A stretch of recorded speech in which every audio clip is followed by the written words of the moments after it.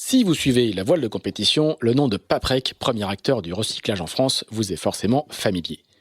Sponsor depuis 2 décennies de marins engagés dans les plus grandes courses, Paprec est désormais aussi partenaire principal de la Solitaire du Figaro et de la Transat en double Concarneau-Saint-Barthélemy, rebaptisée Transat Paprec, une transat qui va se courir en double mixte. L'entreprise n'investit pas dans la voile par hasard, c'est le fruit d'une tradition familiale. Jean-Luc Petit-Huguenin, le fondateur, découvre la voile sur un First 235.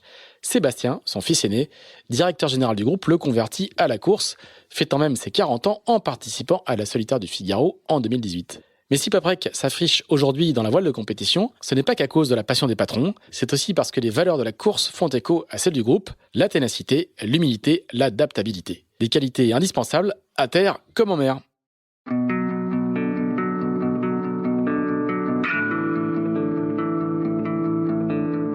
Bonjour, vous écoutez Into the Wind, le podcast des marins qui font des phrases. Into the Wind est produit par Tip & Shaft, le média des professionnels et des passionnés de voile de compétition. Tip & Shaft, ce sont 2 newsletters hebdomadaires, en français et en anglais, des podcasts, des événements, des formations ainsi qu'un festival de films et un studio de production de contenu que vous pouvez retrouver sur tipandshaft.com. Je suis Pierre-Yves Lautroux et je vous souhaite la bienvenue dans ce nouvel épisode d'Into the Wind.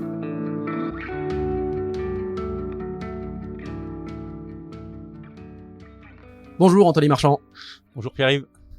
Merci de nous recevoir parce que là c'est bien toi qui nous reçois. On est dans une maison avec vue mer, donc il y a Battle avec Antoine Coche qui habite juste à côté.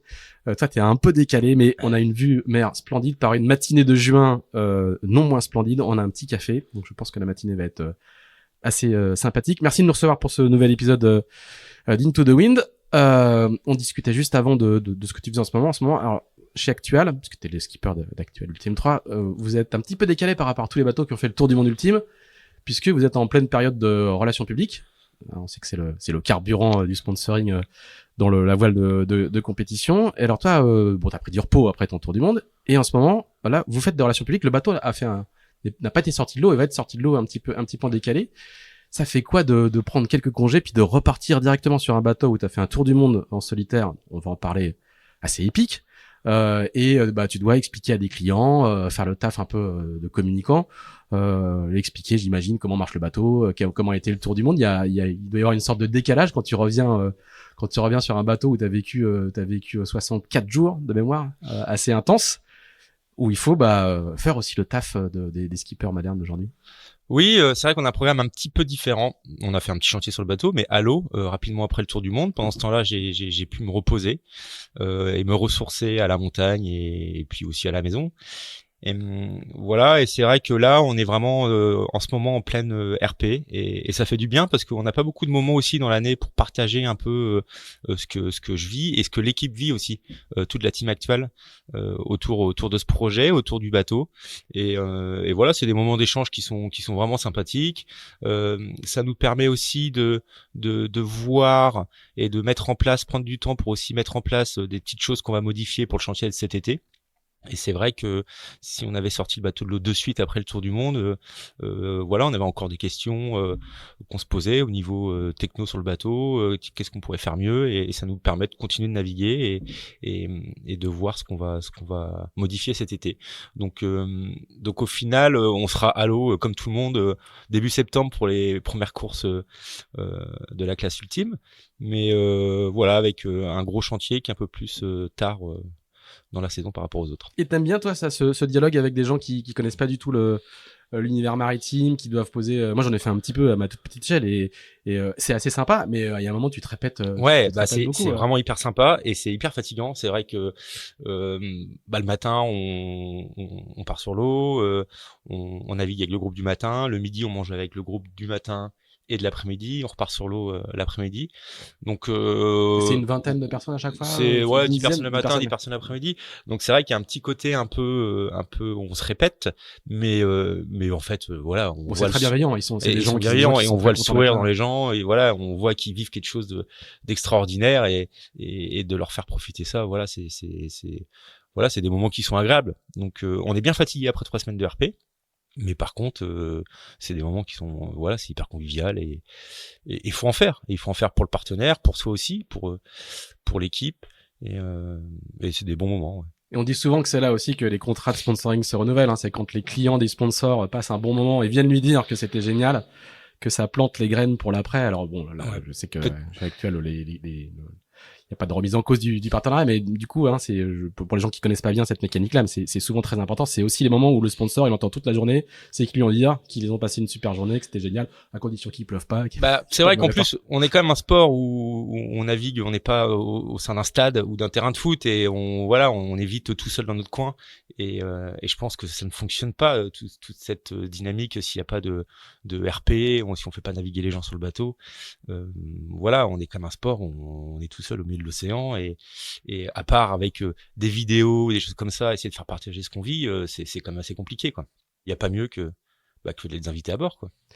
Et puis c'est les privilégiés parce que tout le monde c'est pas accessible à tout le monde hein. Ça, aller faire un tour sur un faut être client d'Actual donc voilà.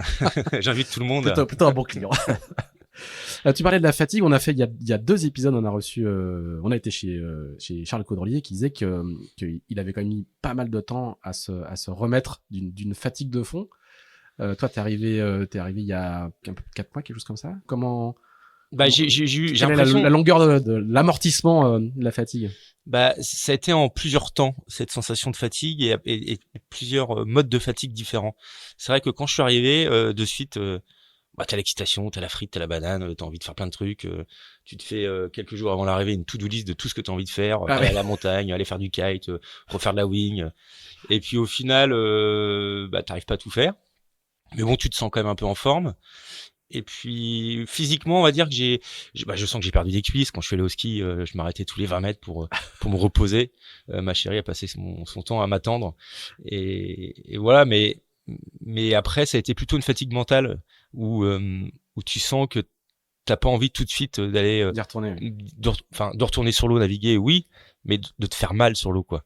Et voilà, ça a mis quelques mois à retrouver cette envie de se faire mal.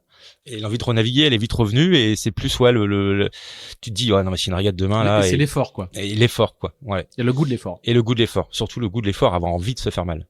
Et donc ça met un peu de temps, je pense, et c'est normal.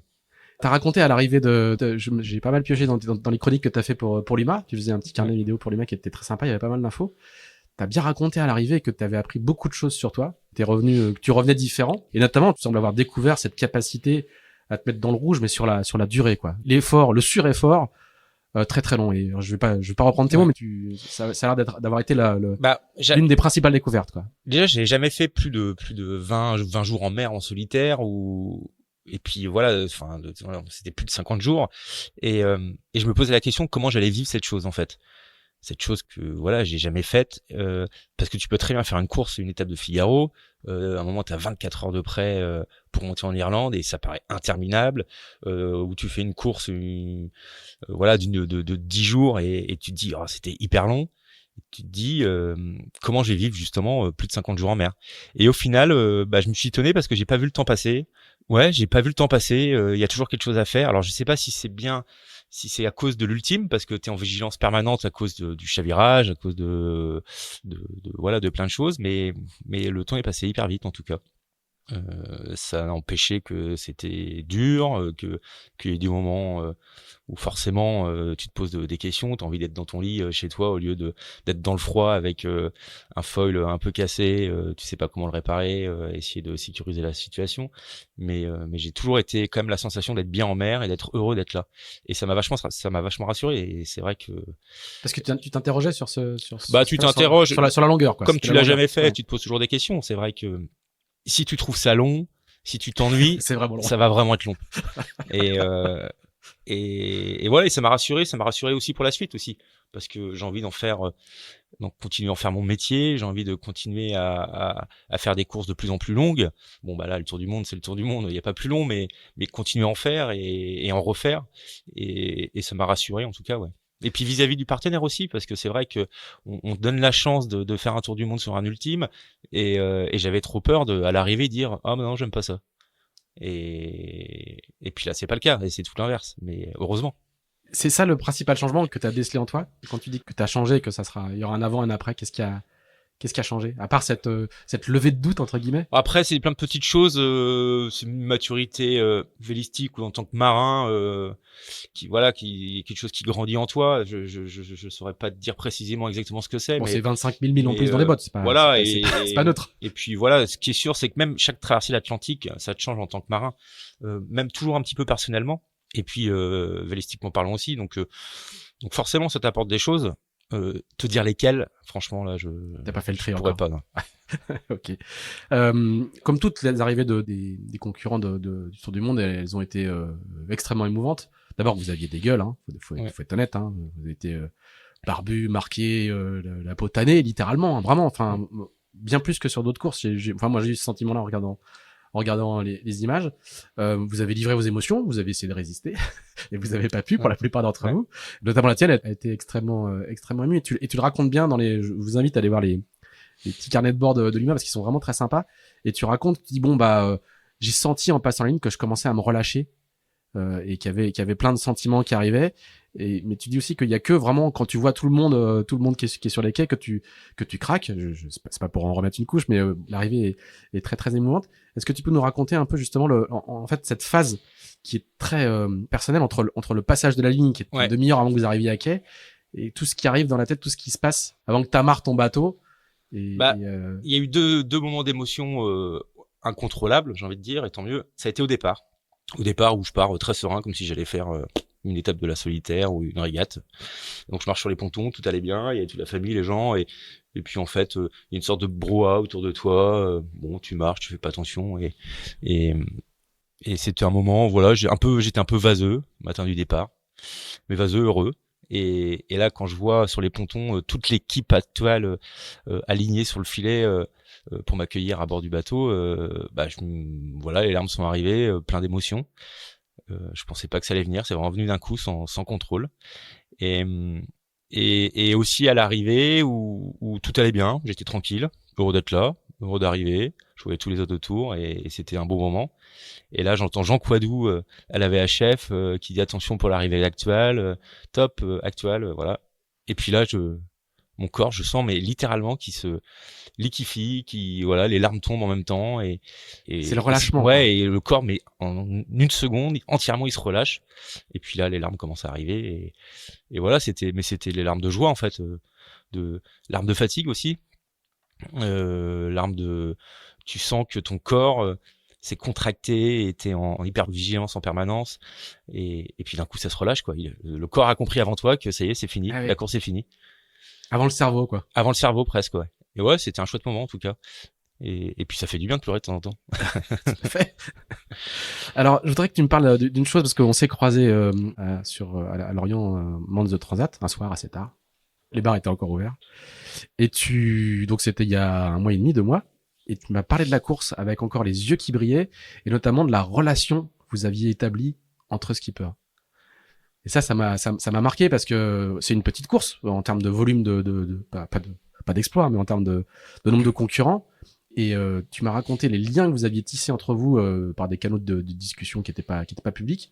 Est-ce que tu peux sans nous révéler de secret, est-ce que tu peux nous dire comment ça s'est construit et quel type de relation vous avez construit justement?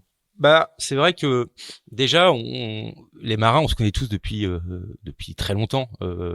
Certains on a fait l'optimiste ensemble ou du dériveur, d'autres c'est tous nos amis Figaro et on s'est côtoyés sur les pontons au centre d'entraînement de Port-la-Forêt en Figaro et voilà, donc on se connaît tous très bien. On peut être aussi amis à terre mais même pas forcément. Et c'est vrai que sur l'eau on textote un petit peu quoi. C'est vrai qu'avec les réseaux sociaux, avec Starlink, on a une très bonne connexion aujourd'hui sur quasiment tout un tour du monde. Donc on l'utilise principalement et c'est que pour parler avec l'équipe. Et je pense que chacun, on parle pas trop avec la terre d'une manière générale, avec des amis à terre et on fait attention à ça pour pas trop se perdre. Et donc le meilleur ami qui vit la même chose que toi, en fait c'est ton concurrent. Donc voilà, avec Charles, avec Eric Perron ou même avec Thomas, voilà, Armel, on s'est tous échangé quelques messages. Par contre, jamais alors, en parlant de la régate, mais même pas en parlant de la régate, en parlant de l'actualité. Tiens, il s'est passé ça. T'as vu ça, t'as vu la news. je te transfère le lien Telegram ou West France de l'article que j'ai lu, et puis voilà, ça échange, ça pipelette, ça voilà, ça pose la question. Des collègues de bureau, quoi. Tout va bien à bord. Des collègues de bureau, quoi. Voilà, tout va bien à bord. Alors tu sais que c'est même pas pour savoir si toi t'as un souci technique et ce serait une bonne info pour lui. C'est plus pour pas prendre soin de l'autre, mais voilà, se renseigner et en espérant que l'autre tout va bien et voilà, posant une question un peu banale comme ça, sans arrière-pensée. Et puis c'est agréable, c'est agréable ce genre d'échange, quoi. Ça je sais pas, ça réhumanise un petit peu la situation où t'es dans les mers du Sud, il y a 7 mètres de vagues, il y a du vent, le bruit est infernal, et puis voilà, t'as des petits moments de presque de tendresse comme ça entre concurrents, et voilà, je trouve que ça fait du bien. Et il y a une complicité qui se crée parce que vous êtes les seuls à avoir fait ce tour du monde en ultime. Bah, il y a une complicité entre marins. Il y a un club assez fermé. Il y a une complicité entre marins à chaque régate. Il y a une complicité entre figaristes après une solitaire du Figaro, où tu sais que ton concurrent, on s'est tous mis dans cette étape dans le rouge, dans le dur, et tu sais ce que t'as vécu, tu sais ce que les autres ont vécu, et voilà, ça crée une forte complicité. Alors il y a Thomas Coville qui avait sorti une phrase. Tu sais que je sais que tu sais, un truc voilà, comme ça. C'est ça. Voilà. Et donc c'est un peu ça.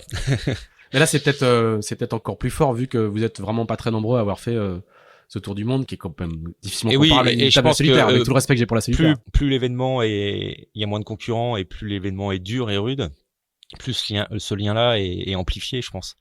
Et ouais, et c'est vrai que même quand on se recroise, tu sens que bah on a vécu tous quelque chose d'extraordinaire et voilà, il y a quelque chose en plus qui s'est créé entre nous. Est-ce que c'est une course qui du coup quand 4 mois après ou 5 mois après, je sais même plus quel est le timing, est-ce que tu as des souvenirs qui remontent à intervalles réguliers, est-ce que tu as des stigmates, est-ce que tu as des flashs qui reviennent, c'est une course qui t'a marqué comme ça ou stigmates ou stigmates, je sais pas lesquels, sûrement, et t'as forcément des stigmates après un tour du monde. Et bah j'ai quand même 2 images qui sont vraiment présentes, ou 3, enfin j'en ai plusieurs, mais déjà le départ, enfin c'était juste complètement fou ce départ dans des conditions assez calmes. C'était la première fois que je prenais comme ça un départ vraiment à 100% en solitaire, et là sous Jenneker, beau temps, à se matcher, à l'eau faire arrêter le bateau, réabattre, voilà, à se placer sur la ligne entre le team, parce qu'on était partis tous assez proches du même côté de la ligne au niveau du viseur. Et bah c'est des images qui sont juste énormes, et puis après les bateaux coupent la ligne de départ, et là quelques temps après on commençait plus trop à avoir de bateaux accompagnateurs autour de nous, il y avait encore les hélicos qui étaient là, et le vent il est rentré, et là on était à 35 nœuds en plein vol, avec du vent assez instable, on voyait les bateaux monter sur très très haut sur leur foil de temps en temps, et c'était fou, quoi. Et là tu te dis mais qu'est-ce que je fais là, mais heureusement que c'est ce moment-là, tu essayes d'en profiter à fond, quoi. On était tous à la barre et c'était juste génial. Tu disais qu'il y avait 2-3 images, et celle-là. Après, il y a eu forcément le Cap Horn. Le Cap Horn, c'est quand même un moment qui est assez particulier, où tu te dis ça y est, c'est bientôt la maison. En fait, pas du tout. Mais tu te dis même avant le Cap Horn, je pense que le Pacifique, tu sens que t'es à un endroit, c'est assez angoissant et assez hyper agréable en même temps. Tu sens que tu navigues sur des eaux où il y a pas grand monde qui passe, qui vit. Tu sens vraiment que tu es sur un endroit de la planète qui est vraiment isolé. Mais t'as cette sensation-là en plus, qui est vraiment différente que quand tu es en plein milieu de l'Atlantique, quoi. Alors peut-être qu'aujourd'hui, on est habitué à traverser l'Atlantique dans tous les sens et on banalise un peu ce genre de traversée. Mais là, dans le Pacifique, en tout cas, moi, j'avais vraiment cette sensation un peu d'isolement, de terre perdue, et donc de mer perdue, là, pour le coup. Et c'était assez angoissant, assez agréable. Alors en plus, il y a les conditions météo qui vont souvent avec, hein. T'as souvent de la mer, du vent et de la grisaille. Mais tu sens que ouais, c'est des images plus dans le Pacifique que dans l'Indien. Plus dans le Pacifique, ouais, je pense. Et voilà, ouais. Au départ du tour, tu disais que tu t'étais mis un petit challenge personnel qui était d'essayer de boucler sans faire d'escale. Alors, t'as fait 2 escales. Ah bah j'ai pas réussi. Ouais. Tant qu'on reçoit un peu de déception, ou c'est la vie, c'était comme ça. Bah la déception. Escale au Cap, hein, et en Nouvelle-Zélande. Hein. Bah en fait la déception, tu te dis que ces 2 escales, il y avait moins de les éviter, quoi. Mais en fait, il y avait moins de les éviter. Oui, la première, en fait, c'est juste de la malchance, parce que j'ai tapé quelque chose dans l'eau et ça a cassé le foil, donc fallait enlever le foil, quoi. Je pensais qu'il allait recéder, qu'il est entièrement cassé après, puis que j'allais pouvoir continuer, et puis en fait, il était vraiment vraiment très très très abîmé dans l'eau et puis il cassait pas quoi, donc fallait l'enlever. Et ça m'a fait perdre une semaine surtout.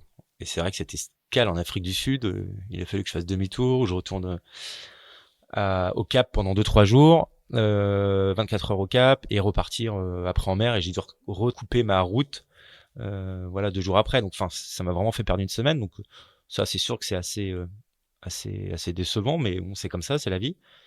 Et l'étape en Nouvelle-Zélande, c'est juste une pièce sur le balcon avant qui s'est décrochée, et c'est l'axe de Genac, l'émérillon de Genac qui a tapé le long de la coque et qui a fait vraiment un gros trou à l'étrave. Je crois qu'on n'a pas trop parlé de ça d'ailleurs. Et voilà, et puis il fallait sécuriser ce trou-là avant de partir dans le Pacifique, quoi. Donc c'était 2 escales obligées, et enfin en fait je m'en veux pas, personne on s'en veut pas de ces escales-là. Par contre c'est sûr que avec un poil plus de réussite, il y avait pas d'escale. Mais voilà, c'est le destin, c'est la vie, et puis mais les escales au final ça a créé, l'avantage c'est que ça a créé vraiment un lien hyper important avec l'équipe. Toi ils sont venus au Cap, on a vécu quelque chose 24 heures assez différent. La team actuelle, on n'avait jamais vécu ça encore, une petite mission commando comme ça en Afrique du Sud, et même au sein de l'équipe, entre moi et l'équipe, l'équipe entre eux, voilà, ça a créé des liens. On a tous vécu quelque chose, et je pense que ça a fait grandir l'équipe. Donc au final, les escales, elles ont été c'est un mal pour un bien. Elles ont été productives sur plein de choses. On va y revenir parce que du coup t'es dans l'équipe depuis quelques années, et puis surtout il y a eu une passation avec Yves, qui vraiment était qui est plutôt un modèle du genre, parce que c'est rare, on y reviendra plutôt à la fin de la trajectoire.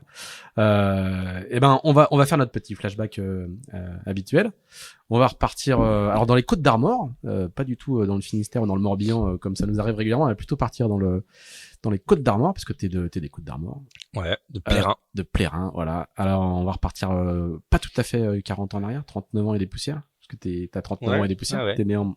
Quelques poussières, hein. J'ai eu mes 39 ans le 4 mars, pendant voilà. le Tour du Monde. Exactement. Ah oui, pendant le Tour du Monde. Ouais. Parfait. Et ben, dans quel contexte le jeune marchand né au milieu des années 80? Je crois que t'es pas du tout, y a pas de volet dans la famille, c'est le hasard qui fait que... Alors, le hasard, il y a le hasard sûrement, mais surtout, on habite à la pointe du Roselier avec mes parents. Magnifique endroit. Voilà. Et vue sur la baie de Saint-Brieuc, donc on a vu mer.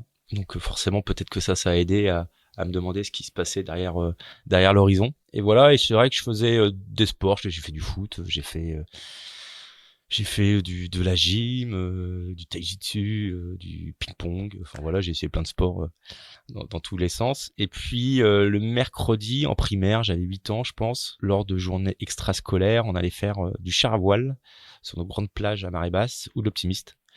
Et puis ça m'a plu, je me suis dit mais c'est génial d'être dans cette petite caisse à savon, quand t'as 8 ans, t'as l'impression que c'est un gros bateau quoi. Et puis t'es tout seul à la barre, tu vas un peu où tu veux.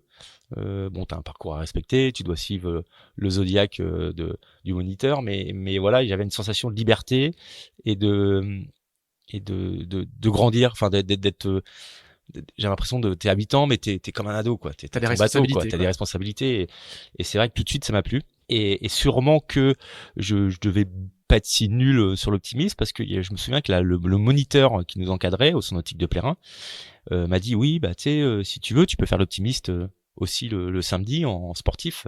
Et voilà, donc j'étais rentré, je pense, le mercredi, j'avais demandé à mes parents si je pouvais arrêter le foot et les autres donc c'est un coup de sports. foudre, quoi. Et c'était une sorte de coup de foudre, ouais. Et c'est vrai que j'ai fait quelques stages l'été de catamaran, d'optimiste, et j'ai vite eu envie de prendre en tant que sportif faire de l'optimiste, ouais, le samedi, quoi. Et alors tu dis dans une petite interview que t'as fait avec Loïc Perron, tu dis que les 2 plus beaux bateaux du monde, c'est les ultimes et l'optimiste. Ah ouais, sans hésiter. Je trouve qu'un optimiste c'est magnifique. Enfin, surtout les optimistes de compétition, là, les tout derniers, les winners. C'est vrai que c'est les plus beaux bateaux du monde, ces bateaux à bouchin. Au final, c'est presque moderne, hein, c'est presque d'esco, hein. Effectivement. Et puis je sais pas, avec cette livarde, il y a quelque chose où je trouve que ces bateaux sont juste magnifiques. Et puis il y a un niveau qui est juste, c'est la série où il y a le plus de niveaux au monde. Oui, parce qu'il y a pas d'autres séries. En fait, il y a pas d'autres séries. À cet âge-là, tous les gamins du monde fait l'optimisme jusqu'à 15 ans. Enfin, c'était 15 ans à l'époque, aujourd'hui c'est 14 ans. Alors qu'à 40, on peut faire la Coupe américaine, le voilà. Jeux olympiques, de l'ultime, Donc, etc. quand tu fais le championnat du monde optimiste, il y a tous les Brésiliens, machin, toutes les nationalités. Et puis, c'est comme un bateau qui est très populaire. Et puis après, après 15 ans, 14 ans, les gamins, ils vont faire du 420, du kata, de la planche à voile, et les bons s'éparpillent. Et donc, je pense que là où il y a le plus de niveau au monde, ouais, c'est un optimiste. Et t'as fait de la compète tout de suite? Et j'ai fait la compète, rapidement. Alors, la compète, c'est des courses de bassin, hein. Oui. Donc, c'est le centre nautique de Plérin contre le centre nautique de Saint-Quay-Portrieux et de Pléneuf-Valandré. C'est le derby, ça. Et voilà. Et donc, tu commences un peu comme ça. Et je crois que j'avais gagné tout de suite ma première course. Et j'étais hyper heureux. Et là, tout de suite, je me suis dit, c'est bon, je veux continuer à faire ça, quoi.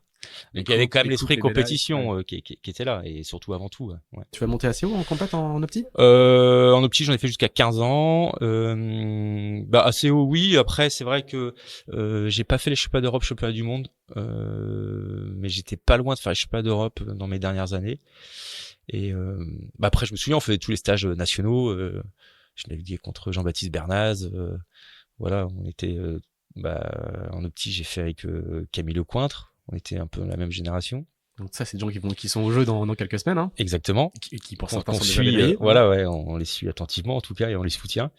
Et donc oui, à bon niveau.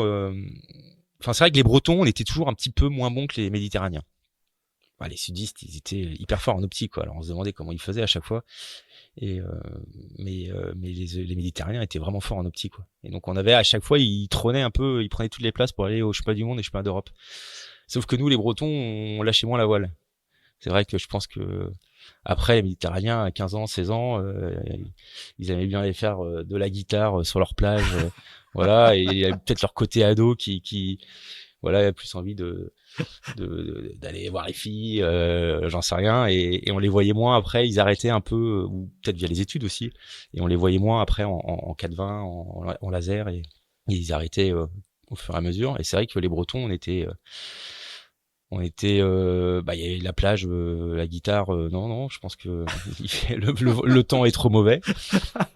Et c'est vrai que on a tous continué beaucoup plus. Je trouvais les Bretons continuaient beaucoup plus en laser, en 420. Et alors toi, c'est ce que tu vas faire. Hein. Tu vas faire derrière, tu fais du laser ou j'ai fait du laser, ouais, direct, ouais. Ah, c'était. T'avais le gabarit pour passer de l'opti au laser direct? Oh, laser radial, ouais, ça allait, ouais. Bon, les premières années, tu galères un peu, mais non, ça a été. Et non, j'ai fait plutôt des bons résultats. Et puis c'est les déplacements. Là, ça commence à être les déplacements sans les parents. Ça, c'est important. Et ce qui se passe en déplacement reste en déplacement. Ouais, bon, après, on est ado, donc ça va. Hein. Ouais. T'es encadré. Et puis t'es encadré, forcément. Ouais, donc il y avait tous les déplacements européens. Hein. On allait faire les semaines de Kiel, Medemblik, en laser radial aussi. Et puis les championnats du monde au Canada. Enfin, voilà, c'est ça que tu commences à voyager, ouais. Et là, la course au large, je sais pas, t'es un gamin qui a non, je connais pas du tout. J'avais toujours eu un idole, c'était Peter Blake. Je trouvais que c'était une personne qui était très inspirante parce qu'il touchait à tout. Grand marin néo-Z, hein, pour les plus jeunes de nos auditeurs qui n'auraient pas les tours du monde en équipage, il a fait les America's Cup, les Jeux Olympiques. Enfin voilà, c'était quelqu'un qui était multidiscipline et puis aventurier aussi. Et donc voilà, c'était quelqu'un qui m'inspirait. Je me souviens, j'avais des chaussettes rouges. T'avais les Lucky Red Sox de Team New Zealand. C'était une campagne de financement. Je les avais achetés au Leclerc de Plérin, mais j'avais des chaussettes rouges quand même. Elles étaient en vente au Leclerc de Plérin quand même. Et tu vas faire du laser et du 4-7? J'ai fait du 4-7 après. Ta logique, c'est plutôt vraiment la voile olympique et la filière olympique. Après le 4-7, c'était un mauvais choix, je pense. J'aurais dû faire du 49er. J'ai toujours regretté un peu d'avoir fait du 4-7. Et je suis parti en olympisme. Alors, j'ai commencé en 4-7, j'étais équipier. Et c'était avec Aaron Brenterch. C'était quelqu'un qui a arrêté la voile aujourd'hui, mais qui était vraiment très, très, très bon en optimiste et en laser. Et au final, on était en études et sports, en sport-études à Saint-Brieuc. Et il y avait une sorte de pôle France cycliste là-bas, dans mon lycée. Et on roulait avec eux pour s'entraîner en prépa physique. Et sauf que lui, il a tellement aimé rouler et faire du vélo que il a arrêté la voile et s'est mis au vélo. Et en même temps, ça m'arrangeait bien parce que moi, le côté équipier, j'aimais pas et j'avais vraiment envie de reprendre la barre. Donc, j'ai retrouvé un équipier qui était Sylvain Leboeuf, quelqu'un qui avait beaucoup d'expérience, qui avait déjà fait des années en 4-7. Et Et au final, voilà, j'étais trop lourd. En fait, j'étais trop lourd pour être barreur en 4-7. Donc, je passais mon temps à faire des régimes, à perdre du poids, et je me faisais taper sur les doigts par la Fédé parce que j'annonçais un poids pour la prochaine compétition à 62 kilos et j'en faisais encore 64. Et voilà. Et je pense que je me suis un peu trompé, même si le 4-7 c'est un super bateau et j'ai adoré naviguer dessus.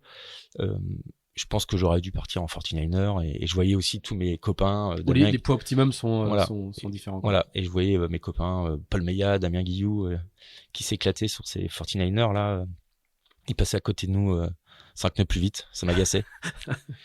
Ce qu'il faut expliquer, c'est que on sait avec le temps, notamment sur les vieux bateaux entre guillemets comme le 4-7 qui ont plus de 40 ans, quoi. Hein, on sait exactement les optimums physiques pour le duo équipier-barreur. Ouais. On connaît les poids qu'il faut, on sait même les tailles qu'il faut pour l'équipier. Tout ça maintenant. Et c'est vrai que la Fédé, elle nous pousse vraiment à avoir le gabarit parfait et exact avant de commencer presque à s'entraîner, quoi. Donc et puis franchement je me faisais du mal à mon corps, quoi. Enfin les pertes de poids, j'allais courir en kawaii juste pour perdre du poids, je m'asséchais et j'étais descendu. Alors mon poids de forme ça devait être 67 kilos et j'étais descendu à 61 kilos pour un championnat du monde en Russie. Et soi-disant fallait être à 59, quoi. Enfin il y a un moment c'est de l'anorexie et c'est vraiment, enfin voilà, ça m'a dérangé. J'étais pas heureux de faire autant de mal à mon corps et puis d'être en perte de poids comme ça en permanence, quoi. Mais les jeux du coup étaient un truc qui t'attirait quand alors forcément ça m'attirait. Ouais, ça m'attirait forcément, ouais. Quand tu pars en olympisme, faut que t'aies les jeux dans la tête, en ambition, quoi. Mais bon, par contre je savais qu'il fallait quand même être là parce que ça t'apprend énormément de choses. Déjà après le laser, je naviguais avec un Foc, avec un SPI. C'était quand même quelque chose de bien différent. À cette époque-là, on était en équipe de France jeune. Il y avait dans l'équipe, il y avait Fabien Delahaye, Nico Andrieux et Pierre Le Boucher. Alors Pierre Le Boucher, il était une génération un peu au-dessus de nous, mais c'était génial, quoi. C'était plein d'échanges, pareil, encore des déplacements en Russie, dans tous les pays en fait du monde, à faire des championnats et j'ai appris énormément de choses, en tout cas. C'est sûr que ces années 4-7, ça t'apprend à barrer un bateau, ça t'apprend à régler, à être minutieux dans les détails. Et c'est une super école, quoi. C'est une école, hein, l'olympisme, c'est ouais. une école de rigueur. Et puis, il y a un nombre de jours de navigation qui reste encore bien supérieur à la course au large. Il y a un nombre de jours de navigation, mais par contre, il y a beaucoup de déplacements quand même. T'es quand même tout le temps en camion, à vide dans le camion, tout serré avec les vêtements et avec la grosse remorque derrière. Et c'est vrai que c'est beaucoup de navigation. Ouais, c'est vrai qu'à ce moment-là, quand j'étais en études et sports à Saint-Brieuc, je crois que j'étais en cours le lundi, mardi, mercredi matin, et le mercredi après-midi, j'allais à Brest et je naviguais. Le mercredi après-midi, jeudi, vendredi, samedi, dimanche. Ouais. Donc tu passes quand même beaucoup de temps sur l'eau. Et puis même l'hiver, hein, à Brest, quand les conditions sont pas, c'est pas comme l'été, hein. et voilà, c'est rude, mais c'est une belle école en tout cas. Ça forge les caractères et les savoir-faire et les fondamentaux, quoi. À partir de quel moment tu commences à regarder ailleurs que dans la voile olympique? Est-ce qu'il y a un événement qui alors je sais pas trop. Par contre, ce qui s'est passé surtout, c'est que je commençais à m'ennuyer en 4-7 parce que j'ai pas le bon gabarit. Pourtant, en résultat, franchement, j'étais plutôt dans une courbe plutôt très bonne. Mais voilà. En équipe de France déjà, hein, jeune. Ouais. En équipe de France jeune. Oui. Ouais, jeune. Mais ça se passait bien dans les résultats. Et puis vraiment, j'avais un super équipier qui avait beaucoup d'expérience et ça m'a beaucoup aidé. Mais voilà, je sais pas, il manquait quelque chose. Et puis surtout, alors mon équipier, il commençait à faire le Tour de France aussi à la voile en même 30 et il commençait à bien aimer. Voilà, il trouvait ça assez agréable aussi. C'est ce côté un petit peu offshore, inshore, offshore, puis plus gros bateau. Et puis moi, j'étais attiré vers ces trimarans. Ces trimarans qu'on voyait naviguer à l'époque, c'était Sodebo, Brossard, Fujifilm, Sergio Tacchini, enfin tous ces bateaux-là. C'était la fin des Ormas, quoi, pour faire ça. Ouais, c'était pas encore tout, vraiment la fin. Et voilà, ça me faisait rêver. J'avais 20 ans et je faisais un bac professionnel à Saint-Brieuc. J'ai choisi des études plutôt faciles pour justement louper beaucoup de cours. Et tu savais que tu travaillerais dans ce bah, domaine. et j'arrivais à voilà, à l'année de mon bac. Mes parents voulaient que je fasse une fac de sport. J'avais vraiment pas envie. Je voyais pas l'intérêt. Je savais pas trop ce que j'allais faire avec. Et donc, à ce moment-là, il fallait que je trouve quelque chose, un métier. Et j'étais vraiment attiré par ces trimarans. J'étais là, moi, je vais faire préparateur. J'ai envie de travailler autour de ces bateaux-là, quoi. Et donc, j'avais cherché sur Internet les adresses mail de tous les marins de l'époque. Il y avait Armel. Alors Armel, il était sur Foncia, je pense, à cette époque-là. C'est 2005, vraiment. Ouais. Peut-être un peu avant, je sais plus. En tout cas, il y avait Armel, Seb Joss. Armel, c'est Armel Leclerc, je crois. Ouais. Sébastien Josse, Yvon Bourgnon, Thomas Coville. Et donc, j'avais réussi à trouver leurs adresses mail perso. Je pense qu'aujourd'hui, on n'y arrive plus sur Internet. Hein. Les gens font un peu plus attention. Et donc, j'ai envoyé tous un message, un mail en disant ouais, bah, je serais intéressé de faire un stage dans vos équipes, même passer le balai, mais côtoyer tout ça. Et ils m'ont tous répondu quasiment. Franchement, et je me souviens, ils m'ont quasiment tous répondu. Alors, il y avait une réponse d'Armel et Seb Joss, c'était les mêmes. Ils disaient oui, bah je crois qu'il y a une B à Concarneau, voilà. Il te conseillait des études voilà. pour pouvoir y aller, d'accord. Et il y en a un qui m'a répondu, c'était Yvon Bourgnon, bah si, on peut te prendre en stage, viens. Bon, bah très bien. Donc je suis allé. Yvon Bourgnon, c'était le patron d'une écurie qui s'appelait Brossard. Team Océan, voilà. Team Océan. Et c'était le sponsor, c'était Brossard. Il y avait déjà un Mini, il y avait un Mini, un Figaro, un voilà. Il y avait plein de bateaux comme ça. Et donc c'était au mois d'août, début août.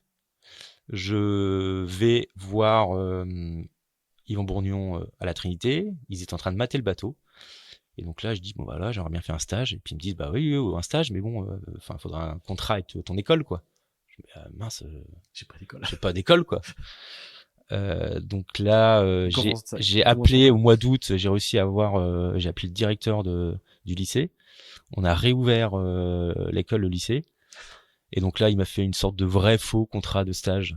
Il me dit bon bah l'année prochaine tu seras inscrit en STI, je sais pas quoi. Enfin bref, on s'en fout. De toute façon tu viendras pas à la rentrée, mais il m'a fait faire un vrai faux contrat de stage. Donc je suis revenu une semaine après avec Team Océan. Bah ça y est, j'ai un contrat, voilà, un contrat stage d'1 mois ou 2 mois, je crois. Et donc j'ai commencé à travailler au sein de l'équipe.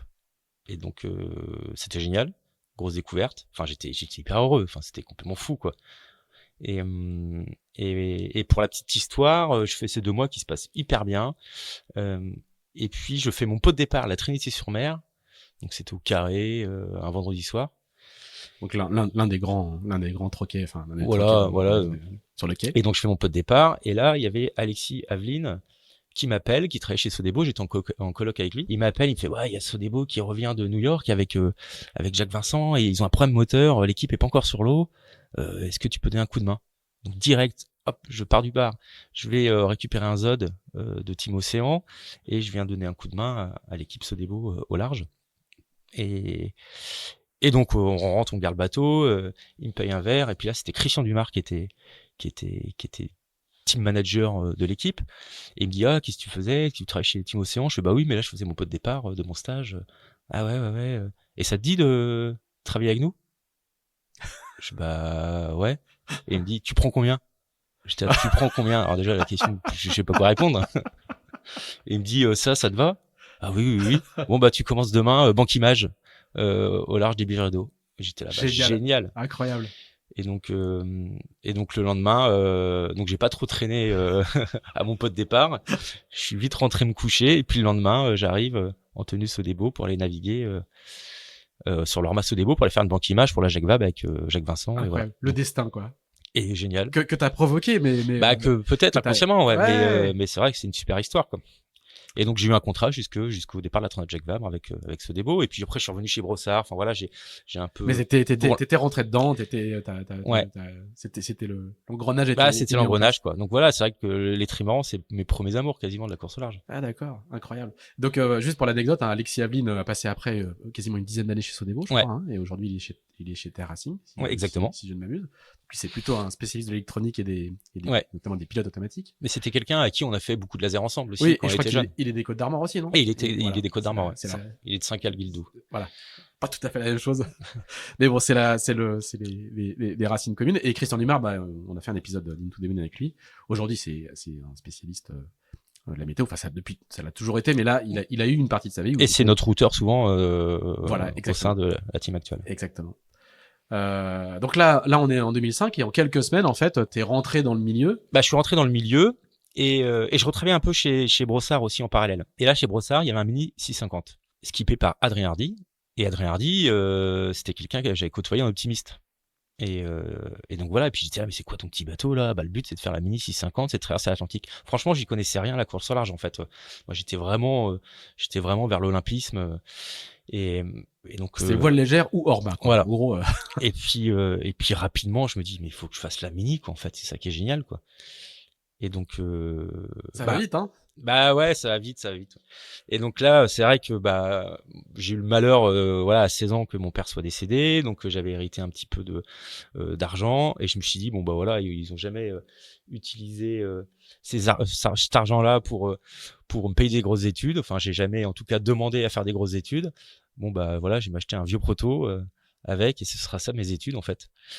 Et donc je suis parti en Mini. Ça a été voilà la découverte pour moi. Je me souviens, c'était la Select Pornichet, je crois que c'est ça, hein. Ouais. La première course auquel je participe. Pas eu le temps de trop s'entraîner, machin. Voilà, j'amène le bateau par la remorque, je le mets à l'eau et j'arrive même pas à le gréer, quoi. J'étais là, mais je sais même pas comment ça se monte un Mini, quoi. Donc je posais des questions à tout le monde sur les pontons. Tu peux savoir bricoler sur un Norma, un Mini c'est très différent, quoi. Et un Mini c'est vraiment différent, quoi. Ouais. Et puis voilà, je sais même pas comment gréer ce bateau. Et au final, je fais 4e à cette course. Enfin, on est en 2006, hein. Ouais, 2005 même peut-être. Ouais, enfin 2005. J'aurais 2006 moi, mais peut-être que. Ok. Et parce que tu vas faire les Sables et les Açores, c'est là que je te rencontre en fait. Ouais. On est ça côte c'était à un petit côte peu au après. ponton au Sable d'Olonne. Ça c'est l'été 2006. Voilà. Alors, du coup je sais pas trop si ouais, donc c'est peut-être 2005 alors. Heureusement que j'ai pas fait les Sables et les Açores. Hein. Heureusement que j'ai pas été jusqu'au bout. Hein. J'étais un danger public, je pense. Enfin, la préparation du bateau. Bah c'est vrai qu'à l'époque en Mini, il y avait pas tous ces centres d'entraînement qu'il y a à Lorient. On se faisait tout seul. Et on se faisait tout seul. Donc moi j'avais aucun pote qui faisait la course au large. Moi mes amis c'était Paul Meillat, Damien Guillou, et eux ils étaient tous étaient encore en Forti, ils étaient encore en olympisme. Ouais. Et donc j'avais vraiment personne pour me conseiller, quoi. Donc heureusement il y avait quand même Team Océan, Adrien Hardy qui me donnait 2-3 conseils, voilà, mais c'est vrai que je m'entraînais pas. Je travaillais sur le trimaran Brossard, et puis dès que j'avais un peu d'argent, je remettais de l'argent dans ce Mini. Et puis je m'inscrivais juste sur les régates et je faisais les régates. Mais donc la préparation, la logistique, la préparation, avitaillement, carte marine, toutes ces choses-là, moi tant que je passais le contrôle sécu, tout allait bien. Mais en fait, je me rendais compte une fois que j'étais sur l'eau que j'étais pas du tout prêt, quoi. J'avais que des boîtes de pâté Naf et du pain de mie. J'avais ça à manger pour 10 jours. Je me rendais même pas compte de le temps que ça allait mettre, quoi. Mon but c'était juste de prendre le départ et logiquement d'arriver aux Açores, quoi. Enfin aux Açores ou ouais, c'est ça. Si c'est les Açores. Ouais. Et j'étais complètement inconscient, quoi. Mais bon, tu fais 4e quand même sur ta première select, c'était. Oui. Bah c'est dur et tout. Ouais. Bah après, c'est vrai que toute ma jeunesse, dériveur, olympisme, voilà, ça t'apprend à barrer un bateau, à régler des voiles et à performer, et puis à performer, quoi. Mais et puis surtout, j'avais pas de pilote. Enfin, c'était une catastrophe. J'avais pas d'électronique quasiment. Enfin, c'était honteux presque. J'étais un danger.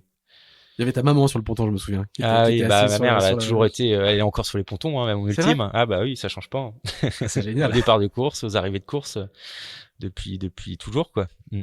Et tu vas pas en Mini, tu vas pas aller jusqu'au bout. Tu feras pas la Mini. Alors tu viens travailler à côté, mais en fait, je fais pas la Mini parce que déjà ça coûte de l'argent et je me rendais pas compte aussi à quel point. Parce que j'avais acheté le bateau, j'arrivais à payer mes inscriptions en travaillant avec Brossard, j'entretenais le bateau, changeais les bouts, voilà, j'arrivais un peu à gérer ça.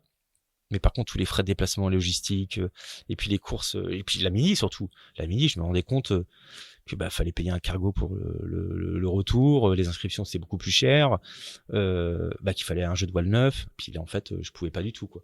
Et en parallèle, quand j'ai fait mon chantier Mini à Saint-Brieuc, j'ai rencontré Ronan Tressard, qui lui préparait son Figaro. Et au final, Ronan, il m'a proposé de faire des courses en double avec lui en Figaro.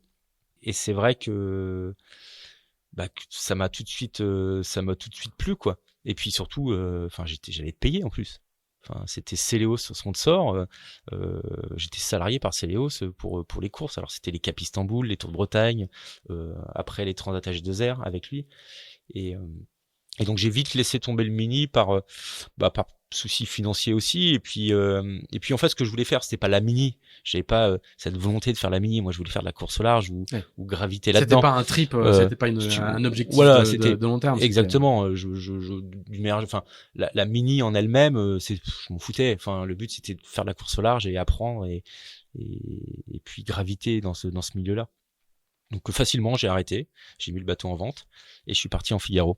Et ça va vite quand même, hein, parce que entre le. ouais. Et cette année-là, c'était et donc je renavigue après. J'arrive à trouver. Donc j'ai été embauché par Sopra, donc Antoine Coche, le skipper. Ah, en même temps, ouais. Voilà, pour faire ton voisin. mon voisin, pour faire les grands prix inshore et offshore en Norma. Voilà, il était skipper il était très jeune, il était tout jeune. Très jeune. Il était skipper de Norma. Et donc c'était vraiment toute une équipe de jeunes qui géraient carrière depuis, hein. Qui ont fait carrière depuis. Un bel équipage, hein.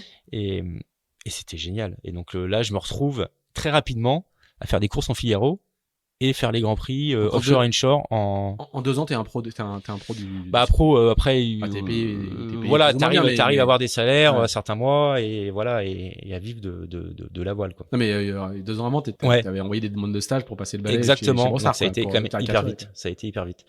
Mais ça a été vite, pourquoi? Parce que j'étais hyper motivé et puis j'hésitais pas à aller passer taper aux portes des équipes pour même pour dire pour passer le balai, quoi, mais juste intégrer déjà les équipes. C'est vrai qu'aujourd'hui, je pense il y en a certains on veut tout de suite avoir le bon poste ou avoir le bon salaire, le beau poste et on arrive dans les équipes et puis non, aussi tu peux passer par la petite porte. Et c'était il y a presque une vingtaine d'années aussi. Le milieu était différent. Le milieu n'est pas aussi organisé, aussi structuré et aussi en effervescence qu'aujourd'hui. Est-ce qu'il n'y avait pas aussi à l'époque le monde de la course au large, quand il devait y arriver avec tes années d'olympisme, justement cette école-là et ce saut, en fait, ce tampon, j'ai fait 7 années d'olympisme, est-ce que c'était pas aussi un truc qui intéressait pas mal, si, pour forcément. faire des inshore, pour faire du Figaro, c'était un truc qui les intéressait, quoi. Ouais, il y avait plusieurs choses qui les intéressaient. C'était mon côté. Alors ça, c'est pour travailler dans les équipes en tant que préparateur et voilà, en tant que préparateur, c'était mes études un peu technique, quoi. Voilà, je savais utiliser les tours et les fraiseuses, et donc dans beaucoup d'équipes il y avait des tours et des fraiseuses mais personne les utilisait, et donc moi je les remettais en route, j'usinais des rondelles, des choses, des petits axes, des choses comme ça, et donc ça a vite plu. Et mon côté olympisme, au moins t'as un préparateur aussi qui sait naviguer, qui aime bien naviguer, donc dès que t'as des naves entraînement ou RP ou convoyage, vite t'as ton poste. T'avais une double compétence. Voilà. Et en plus perf sur l'eau, navigant et voilà, et donc forcément ça plaisait, donc j'arrivais à vite être dans les listes d'équipage pour les convoyages, et voilà, et j'ai fait mes premières traversées atlantiques avec Sodebo. Et le trimaran, un premier trimaran sur lequel j'ai navigué, c'est le trimaran 50 pieds de Pascal Quintin, Jean Stalavenne. Ouais. Alors, tout ça, hein, tous les noms que tu donnes, les Aveline, les Boucher, tout ça aussi, c'est les réseaux des Côtes d'Armor, quoi. Et en fait, c'est des réseaux des Côtes d'Armor, parce que c'est vrai que Thomas Coville, il était licencié aussi au sein de l'équipe de Plérin, mais je le savais pas, je l'y suis après. Mais c'est vrai que c'est que des personnes très liés ou avec une affinité des Côtes d'Armor. Et peut-être que c'est ça qui a plu aussi à Thomas Coville. Il savait que j'étais un petit jeune de Plérin, et ça lui a rappelé ses débuts et ces années-là. Et sur le bateau de Pascal Quintin sont passés aussi Maxime Sorel plus tard. Et voilà. Pascal Quintin, il a vu passer pas mal de petits jeunes aussi. Et voilà, sur ce bateau-là, moi j'étais tout gamin et j'allais taper à leur porte en disant est-ce que je peux vous aider à retendre les filets, quoi. Mon premier convoyage sur le trimaran 50 pieds, c'était juste faire le Légué 5 Épertrieux au moteur. Ça, c'est le port. Le Légué, c'est le port de Saint-Brieuc. Hein. Et donc c'est juste à côté. Et j'étais super fier d'être même juste au moteur à la barre du trimaran. Et donc voilà, j'ai vraiment commencé par la plus petite porte qui soit. Ouais. Et alors, le Figaro, quand tu vas faire du Figaro avec Roland Trossard, c'est aussi t'as pas de fantasme autour du Figaro, c'est pas un objectif en soi, c'est pas. Voilà, ça commence un petit peu. Ah, quand même. Ouais. Voilà, je commence à me rendre compte de la série, de la classe, du niveau qu'il y a. Ça me rappelait un peu l'olympisme. le côté professionnel, le côté le côté olympisme en fait. Pour moi, c'était vraiment l'olympisme de la course au large, la solitaire du Figaro. Et d'ailleurs, il y a beaucoup de gens de l'olympisme qui sont allés faire du Figaro. Et tout de suite, ça m'a plu. Et il y avait quelque chose d'autre aussi qui m'a vraiment plu, c'est le côté voyage, parce que parce qu'en Figaro, enfin surtout dans les débuts en Figaro, il y a vraiment des régates. C'était la Cap Istanbul, c'était Marseille-Istanbul avec des étapes en Sicile, à Athènes, en Turquie côté asiatique. Enfin, et c'était juste des transats. Tous les ans, il y avait une transat en Figaro. C'était une transat en solo, et l'année d'après, c'était une AG2R en double. Et transat en solo. Enfin, et sur les solitaires, il y avait des étapes en Espagne, en Irlande. Enfin, voilà, il y avait un côté voyage, course au large et olympisme, vraiment tout mélangé. Pour moi, c'était la série parfaite. Et donc, pour ça, fallait s'inscrire au Challenge Espoir. Alors, parce qu'à l'époque, il y a toujours ces formules de promotion, mais très vite, tu te projettes dedans. On est en 2007 avec cette première année avec Roland Trossard. Tout de suite, tu te projettes sur une carrière. Je mets pas plein de guillemets, une carrière de figariste. Je pense. Ce que tu vas faire. Je me rends compte que j'ai envie de faire ça. Et je me rends compte que j'ai envie de faire ça. Mais j'ai fait mon premier Challenge Espoir très rapidement après. Hein. Je sais plus quand c'était. Ça devait être en 2008 peut-être. Où je termine. Tu le fais, celui que tu gagnes, tu le fais fin 2009. Ouais, mais j'en ai fait un avant. J'ai fait celui où en fait on termine tous égalité de points avec Adrien Hardy, Gabard, moi et Fabien Delahaye. Ah oui, voilà. Et non, ouais, on était 3 égalités de points, Adrien, François et moi. Et au final, c'est Adrien qui le remporte.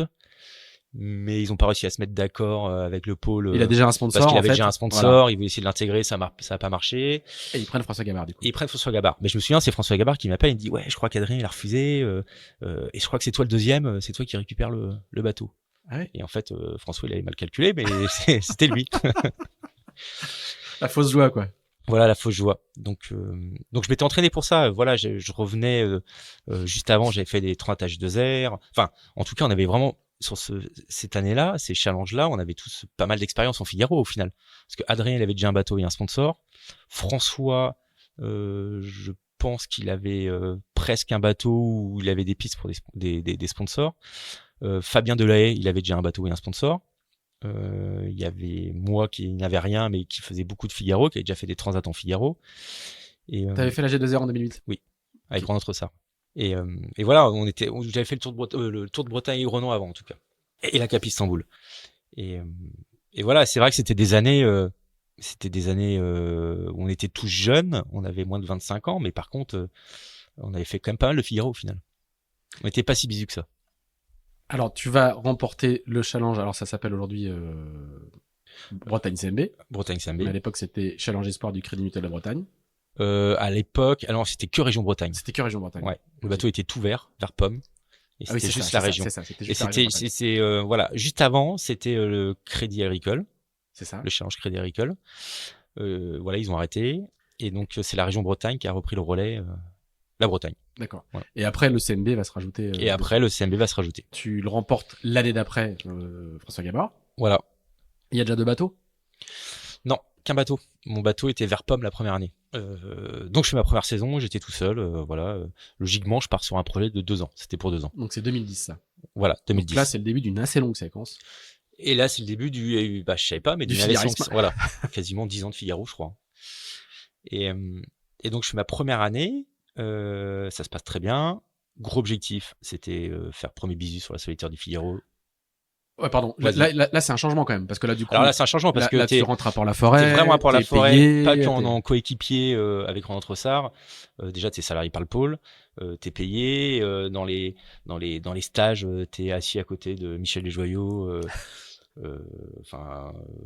Armel, voilà, les figaristes, Jérémy Bayou, Yann Eliès. Enfin.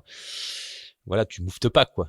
Tu t'écoutes. Tu fais pas de blague dans les débriefs. Ouais, mais ça, c'est quand même dur de s'en empêcher. Mais c'est vrai que c'est il y a un côté assez impressionnant et tu sens que tu progresses, mais d'une vitesse énorme, quoi. Et tu progresses, c'est pas que dans la voile pure, c'est dans le fonctionnement d'un projet. Je pense qu'on néglige aussi ça. comment être bon dans le fonctionnement du projet. Il y en a qui sont très très bons sur l'eau, mais par contre à gérer le projet après à terre c'est aussi peut-être plus compliqué. Et là tu progresses vraiment sur toutes les facettes d'un projet Figaro. Tu as des formations en media training, des formations de compta, on avait ça une fois ou deux, de formation de mécanique, électronique. Et c'était génial. Pour une fois, c'était les bancs de l'école, mais j'étais heureux d'être là. Et voilà. Et donc c'est vrai que c'était une année qui était importante pour moi parce que t'as une pression quand tu gagnes ce challenge. C'est de faire premier bisou sur la solitaire du Figaro. Ouais, c'est un peu la mission obligatoire. C'est un peu la mission obligatoire quand même. Enfin obligatoire. C'est pas écrit, mais on te le conseille fortement quand même. C'est recommandé. Voilà. Si tu vas pas avoir une porte fermée dans le bureau de Christian Le Pape, c'est bien que tu fasses premier sur cette course-là, quoi. Et donc je remporte. Parce qu'en fait, il faut juste rappeler que le projet en question, il est géré par le pôle. C'est un peu une spécificité. Hein. Voilà. Les membres du pôle ont leur propre projet qu'ils gèrent de manière autonome. Ils sont encadrés sportivement et pour un certain nombre de formations dans le pôle. Mais par ailleurs, là, ce projet-là, il est délégué au pôle qui le gère et c'est encore le cas aujourd'hui. Ouais, et c'est encore le cas aujourd'hui. Et puis, il faut que ce soit encore le cas demain parce que c'est juste un tremplin qui est génial. Aujourd'hui, tu pars sur un projet de 4 ans quand même. Ouais. Donc, c'est-à-dire que le gamin qui gagne le Challenge Espoir, enfin, t'as moins de 25 ans, t'as jamais le Figaro, mais tu gagnes 1 million d'euros. C'est le million, quoi. Le petit gamin qui est en finale du Challenge Espoir, c'est le million. Enfin, toi, parce que le budget est d'en gros 250 000 euros par an, plus le salaire. Sur 4 ans, ouais. Voilà. Après, c'est un budget de fonctionnement, hein. T'as un petit salaire mais t'as une sorte de pression, quand même, qui est là. Il y a pas deux sélections comme ça en France. Ouais. Et puis, les prédécesseurs sont assez prestigieux. Et puis, les prédécesseurs sont prestigieux. C'est vrai qu'il y a Armel, la liste est longue, hein. Mais François Gabard.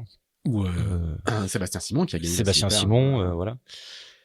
Et donc voilà, ça met beaucoup de pression. Et donc cette première année, donc je sais bien parce que je gagne le classement bisu de la solitaire du Figaro. Je fais direct 8 au championnat de France course au large. Et donc voilà, fin de saison, convoqué dans le bureau de Christian Le Pape. Bon, bah faut faire un point. Et là il me dit oui, donc voilà, très bien. Par contre, il y a un petit changement. C'est qu'en fait, Thomas Rouxel était sous les couleurs de Crédit Mutuel de Bretagne. Et donc, en fait, potentiellement, tu peux peut-être avoir 3 ans de plus.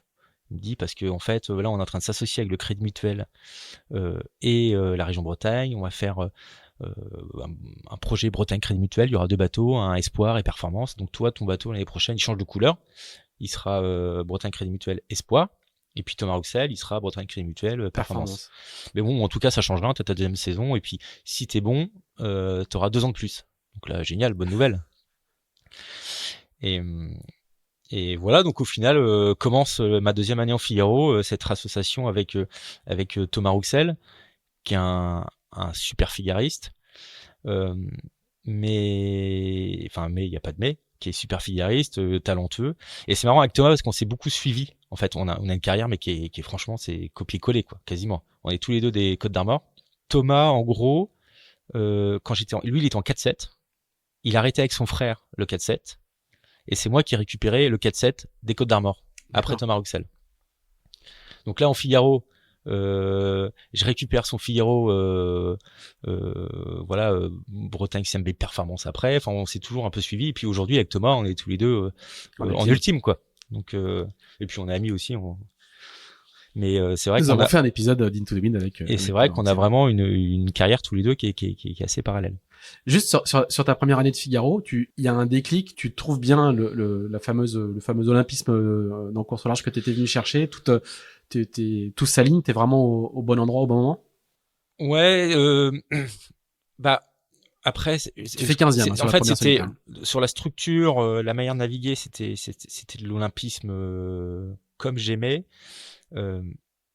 mais non, c'était exactement ce que je recherchais. Après, c'était pas l'olympisme fédéral. Enfin, c'était pas la Fédération française de voile vraiment qui nous gérait avec les coachs. Donc, t'avais quand même une sorte d'autonomie que j'avais besoin et que j'avais envie d'avoir. Et c'était parfait en fait. C'était le professionnalisme, l'olympisme au niveau des réglages, de la navigation. Enfin, il y avait de l'exigence, ouais, quoi. de l'exigence. Mais par contre, il y avait quand même une forme d'autonomie qui était là, même si on était hébergé, moi, dans mon projet par le pôle Finistère Course au Large. Il y avait quand même une sorte d'autonomie qui me plaisait. Et c'était vraiment parfait. J'étais là où je voulais être et j'avais pas rêvé mieux presque. Alors, on va pas faire toutes tes années de Figaris parce qu'elles sont nombreuses. Il y a des moments clés pour toi dans ces 10 années. Alors, tu vas faire d'autres choses. On va traiter ça, mais sur cette décennie de Figaro, je crois que t'as 9 solitaires au total. Ouais, je crois, 9 ou hein 10, je sais plus trop, ouais. Il y en a quelques-unes qui ont plus compté que d'autres. Bah, j'imagine, hein, forcément. Moi, je sais, hein, Ouais. Mes premières années en Figaro, j'ai très bien marché. Par rapport à mes débuts, enfin franchement, c'était des super résultats. Et après, j'ai eu un petit ventre mou. Ça a été un peu dur à la fin de Bretagne CMB. Après, j'ai trouvé un sponsor qui était le groupe Ovimpex avec David Armacora, quelqu'un qui est très important pour moi et qui m'a suivi pendant pas mal d'années. Mais au niveau performance, c'était un peu dans le dur, quoi. Et là, je pars sur la Volvo Ocean Race avec Mapfre. Un moment très important. Ouais, en 2015. Et là, je devais signer en même temps mon sponsor en Figaro avec Ovimpex pour ma deuxième année. Et là, je fais je peux pas faire les deux. Donc j'ai réussi à quand même signer le contrat avec Ovimpex, le sponsor, mais en mettant un autre skipper à ma place pour 1 an. Et c'était Martin Lepape. Et donc j'ai pu partir sur la Volvo Ocean Race avec Mapfre. Et là, c'était une découverte énorme de professionnalisme, de course au large un peu à l'anglo-saxonne, mais en même temps avec un projet géré par des latins, quoi. Et comment tu te retrouves là-dedans? Alors, comment je me retrouve là-dedans? Donc ce sont des Espagnols, hein, qui sont des légendes de la Volvo, hein. C'est Iker Martinez, des légendes de l'olympisme d'abord, un 49er, et ensuite c'est des gens qui ont fait de l'IMOCA, qui ont fait la Barcelona World Race, qui sont proche de Michel Desjoyaux, on y reviendra. Là, je tombe là-dedans un peu aussi grâce avec à Corentin Euro. Corentin Euro faisait le Transat AG2R avec Michel Desjoyaux. Ok. Michel Desjoyaux venait juste d'avoir, il était le seul à avoir l'info. Michel Desjoyaux travaillait avec Iker Martinez et Mapfre pour j'ai monté cet équipage et ce projet-là. Michel Desjoyaux, comme ils étaient en plein milieu de l'Atlantique avec Corentin, il lui en parle. Corentin, lui, il était pris, il pouvait pas. Et puis il commence à faire une liste avec Corentin, et Corentin dit oui, mais tiens, en under 30, en moins de 30 ans, tu veux prendre Anthony Marchand, il est top. Il y avait une règle, il fallait embarquer 2 ou 3 équipiers de moins de 30 ans. De moins de 30 ans.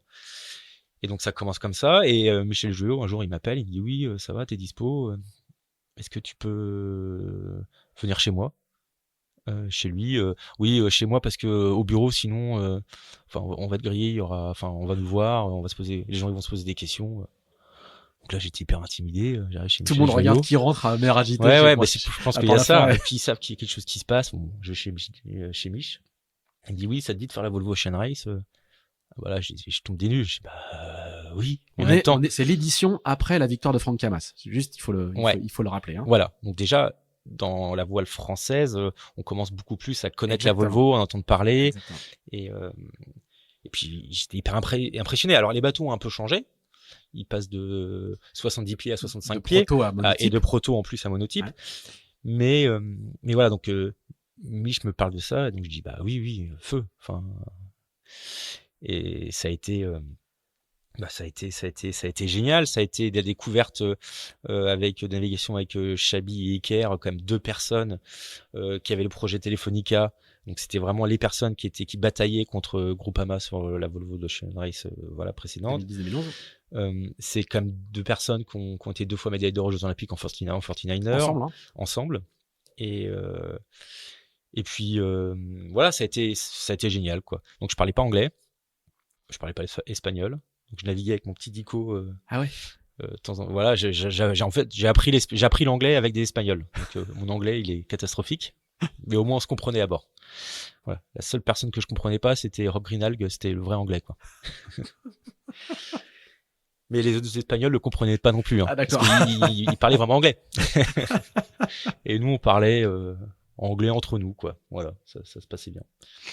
Alors c'est un projet un peu compliqué quand même, parce que c'est un projet compliqué, parce que notamment Mich Dej, qui était une sacrée tête d'affiche pour eux. Il y avait d'autres marins français. Il y avait Nicolas Venn. Et après il y a eu Jean-Luc Nélias. Sam Goodchild, qui est quand même le plus français des Anglais. Exactement. Presque. Lui, tu le comprends. Ouais.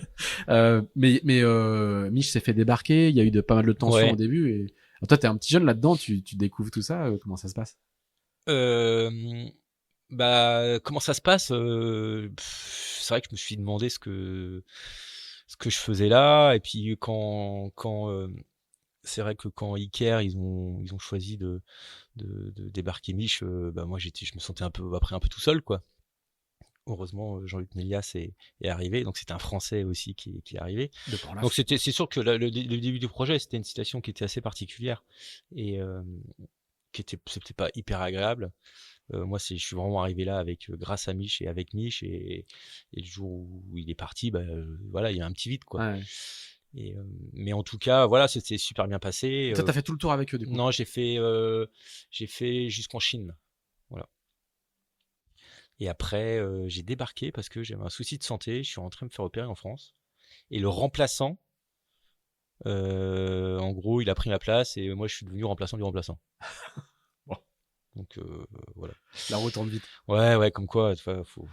Mais ça doit être une sacrée découverte quand même. Mais c'était une super découverte. Entre le cocon du Figaro où tu connais tout le monde, Ouais.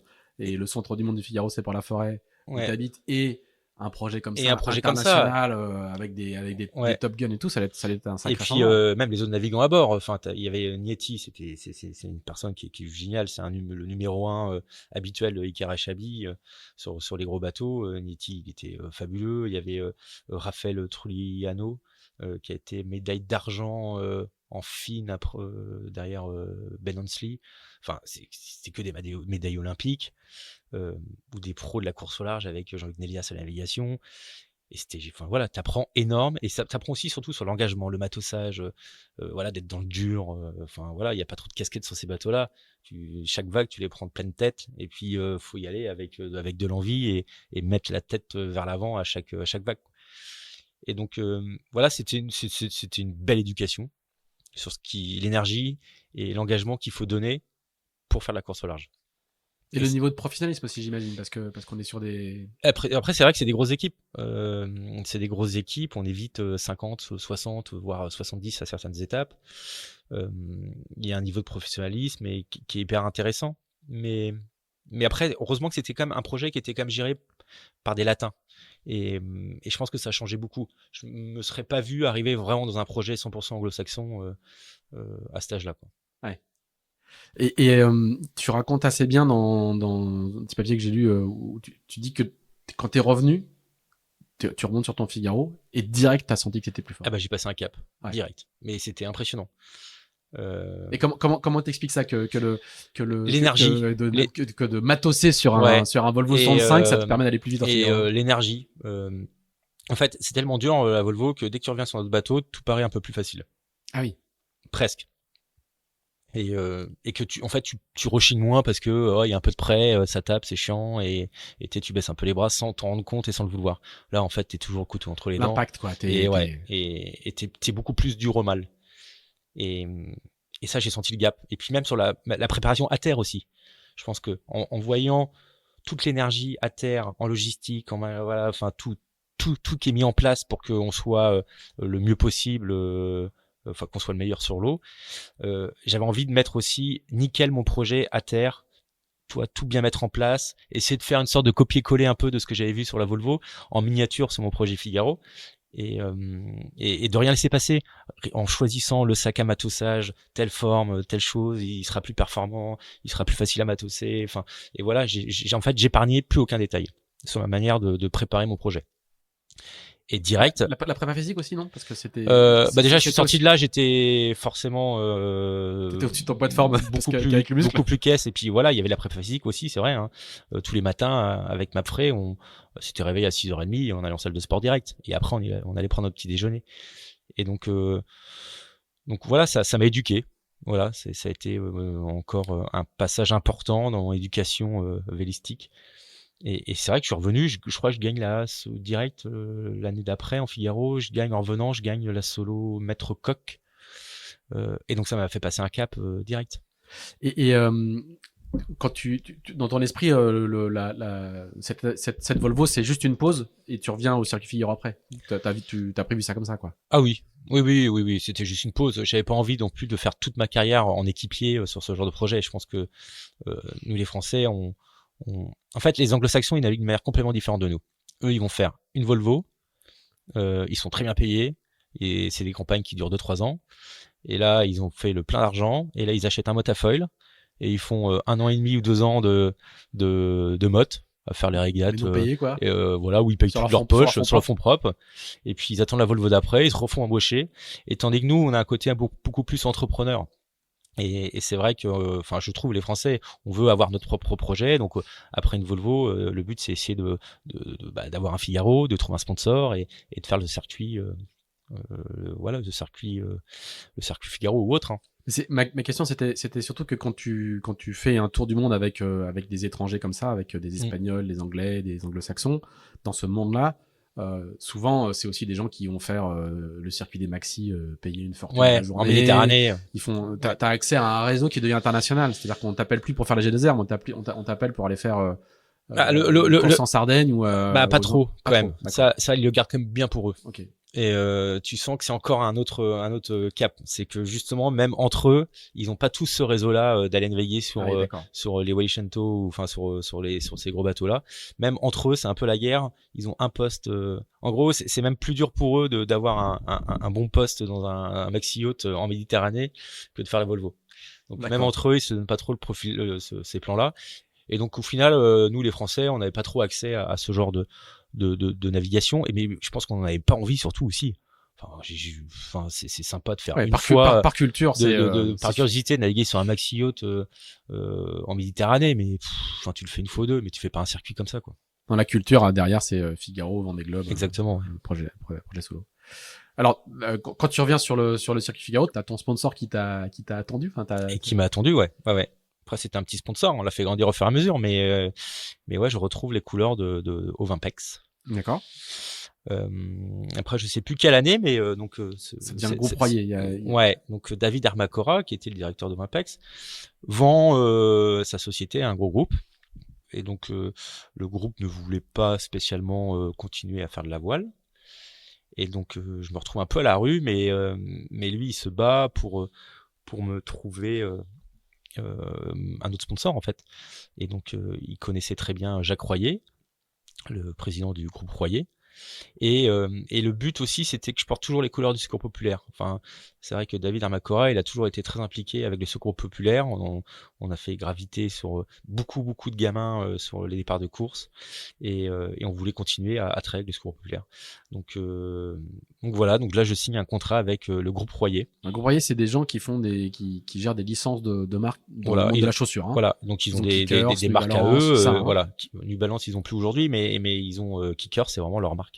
À l'époque, il y avait New Balance. Tout le monde avait des New Balance sur le circuit. Ouais, exactement. Ouais. Non, tu les as pas là. On en donnait pas à tout le monde. Non, moi j'en ai quelques années. J'ai revu quelques coureurs là ils avaient encore les chaussures aux pieds. Et là, c'est plutôt mes belles années Figaro avec le groupe Royer. C'est vrai que en termes de perf, c'est vraiment la Volvo qui déclenche. Ouais, quand même. Ouais. Le changement de dimension, c'est la Volvo. Ouais. Mais c'est vraiment ce qui m'a fait progresser. C'est aussi beaucoup la gestion du projet à terre en fait. C'est pas que naviguer sur l'eau, c'est la manière dont préparer son projet, préparer le bateau, de rien laisser à côté, quoi. Et aussi, voilà, il y a aussi le côté binôme. Ça, je pense que c'est quelque chose d'important.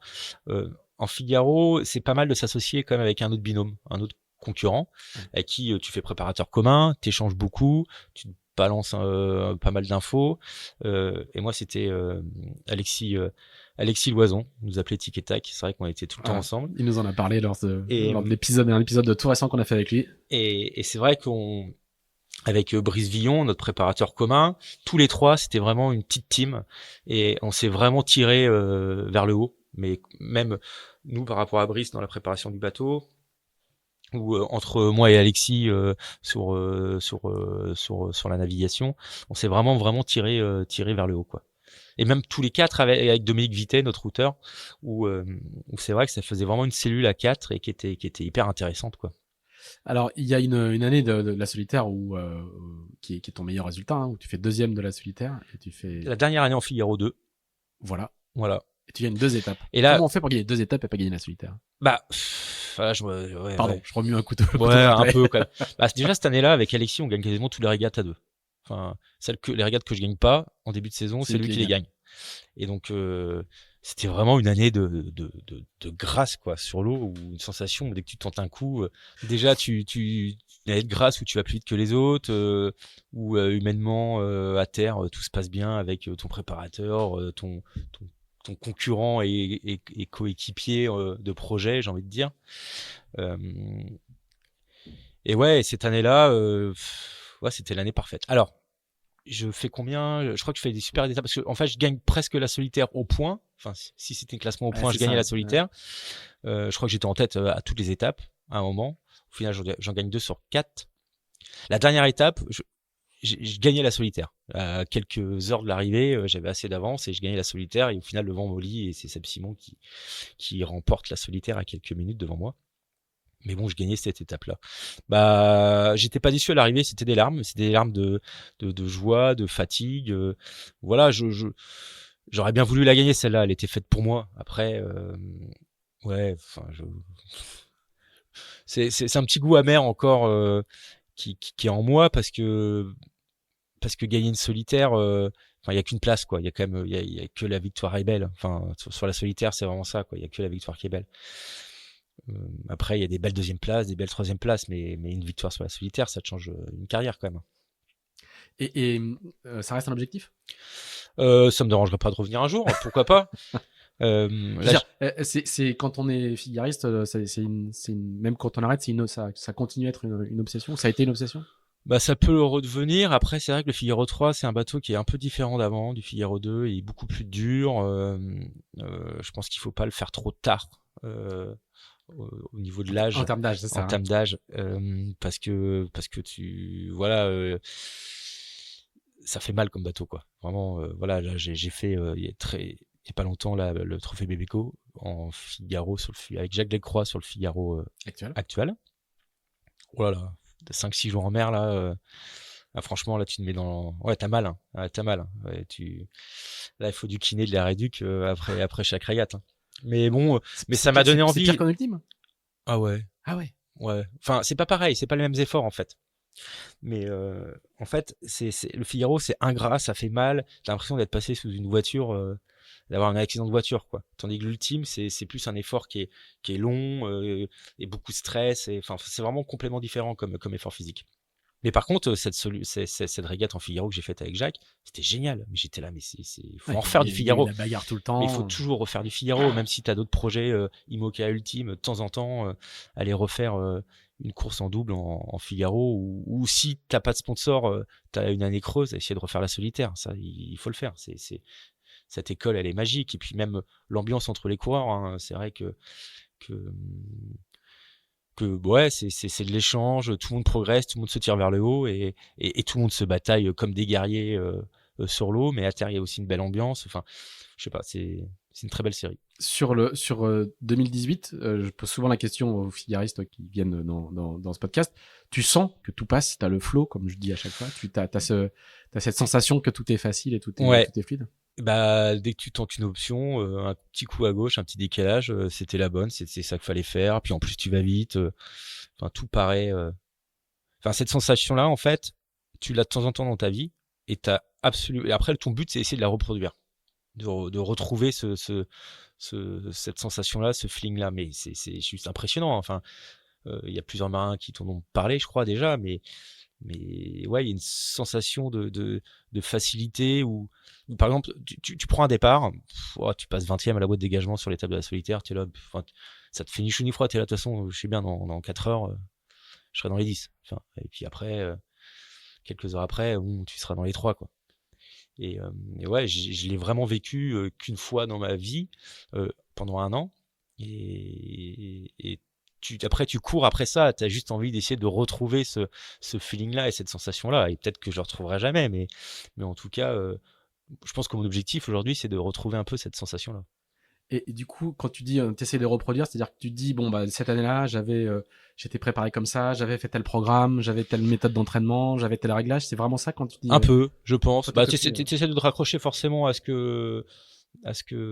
qui se passait dans cette année-là et, et puis ça peut être aussi peut-être ta vie perso, je sais pas comment, enfin, oui. je parle pas de moi là, mais ouais, peut-être que tu essayes aussi en vie perso, j'étais comment, enfin, Je roulais en Renault 21 Nevada, il faut que je reprenne la même. ouais, peut-être, mais toi, en tout cas, c'est peut-être une année où tu partais pas trop en vacances, Ouais. où tu te lançais pas dans les travaux dans ton appartement, toi, à faire trop de choses à la fois. C'était une année où justement tu t'étais assez calme dans des projets extra voile. Donc il faut peut-être essayer de reproduire ça. Enfin voilà, tu te poses plein de questions. Et t'as identifié justement ce qu'il y avait de particulier sur cette année 2018 ou... Alors, bah particulier déjà, il y a quelque chose qui est important, c'était le relationnel aussi avec le partenaire et le sponsor, et tu te rends compte que c'est hyper important de se sentir bien avec ton sponsor. Ça joue beaucoup aussi. On parle pas que du côté financier. Hein. Ouais. La qualité de la relation La humaine, qualité de la relation humaine est hyper importante. Un sponsor, c'est pas que quelqu'un qui fait un chèque et qui donne de l'argent pour naviguer ou tu portes les couleurs. Ça peut être aussi un préparateur mental. Enfin, c'est hyper important d'échanger avec eux. Si t'as un coup dur, ils peuvent te consoler. Enfin voilà, je sais pas, il y a un lien qui est hyper important à avoir. Il faut se sentir bien avec eux. Et faut aussi que t'aies la sensation que eux se sentent bien avec toi, qu'ils ont fait le bon choix sportivement, humainement et voilà, c'est presque une histoire d'amour quoi, qui doit naître et qui doit être là. Et je pense que c'est important. Et cette année 2018, c'était le cas. Et c'était le cas. Et c'était le cas, ouais, je pense, ouais, c'était le cas. En 2019, ça va être pas mal non plus l'année. En 2019, oui. Troisième de la solitaire. Ouais, bah c'était le vainqueur d'étape. Alors j'étais hyper content de cette année-là parce que c'était vraiment la solitaire du Figaro, la première année en Figaro 3. Une solitaire avec, quand on regarde la liste des inscrits, c'était fou quoi. Loïc Perron, Alain Gauthier, Jérémy Bayou, Yann Eliès, je crois, Michel Desjoyaux. Enfin, il y avait tout le monde quoi. Et c'était vraiment une année folle. Et puis il y a une étape, voilà, je remporte l'étape d'Aurigny. On a vu dans Sailors, je crois qu'il y a un petit reportage là-dessus avec l'étape d'Aurigny. On voit ces images folles de Johan Richomme qui bute dans le courant. Qui bute dans le courant et c'est vrai que avec Alexis Loison, Gilles Damaye et moi, on arrive à passer Aurigny et puis on s'envole avec une étape où on avait 70 000 d'avance, je crois, plus que ça même.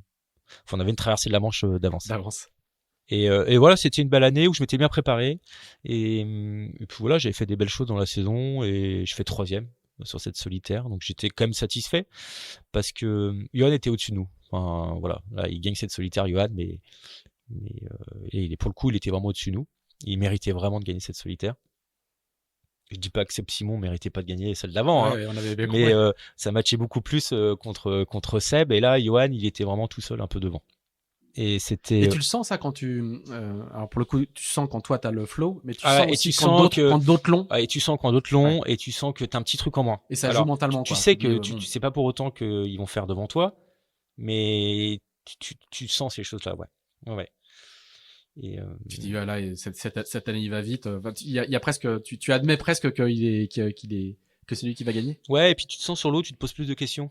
Sur ta vitesse, sur dès que tu veux faire un petit coup à gauche, un contrebord, t'es là, j'aurais dû le faire, je sais pas si j'ai. Enfin, toi, tu doutes beaucoup plus.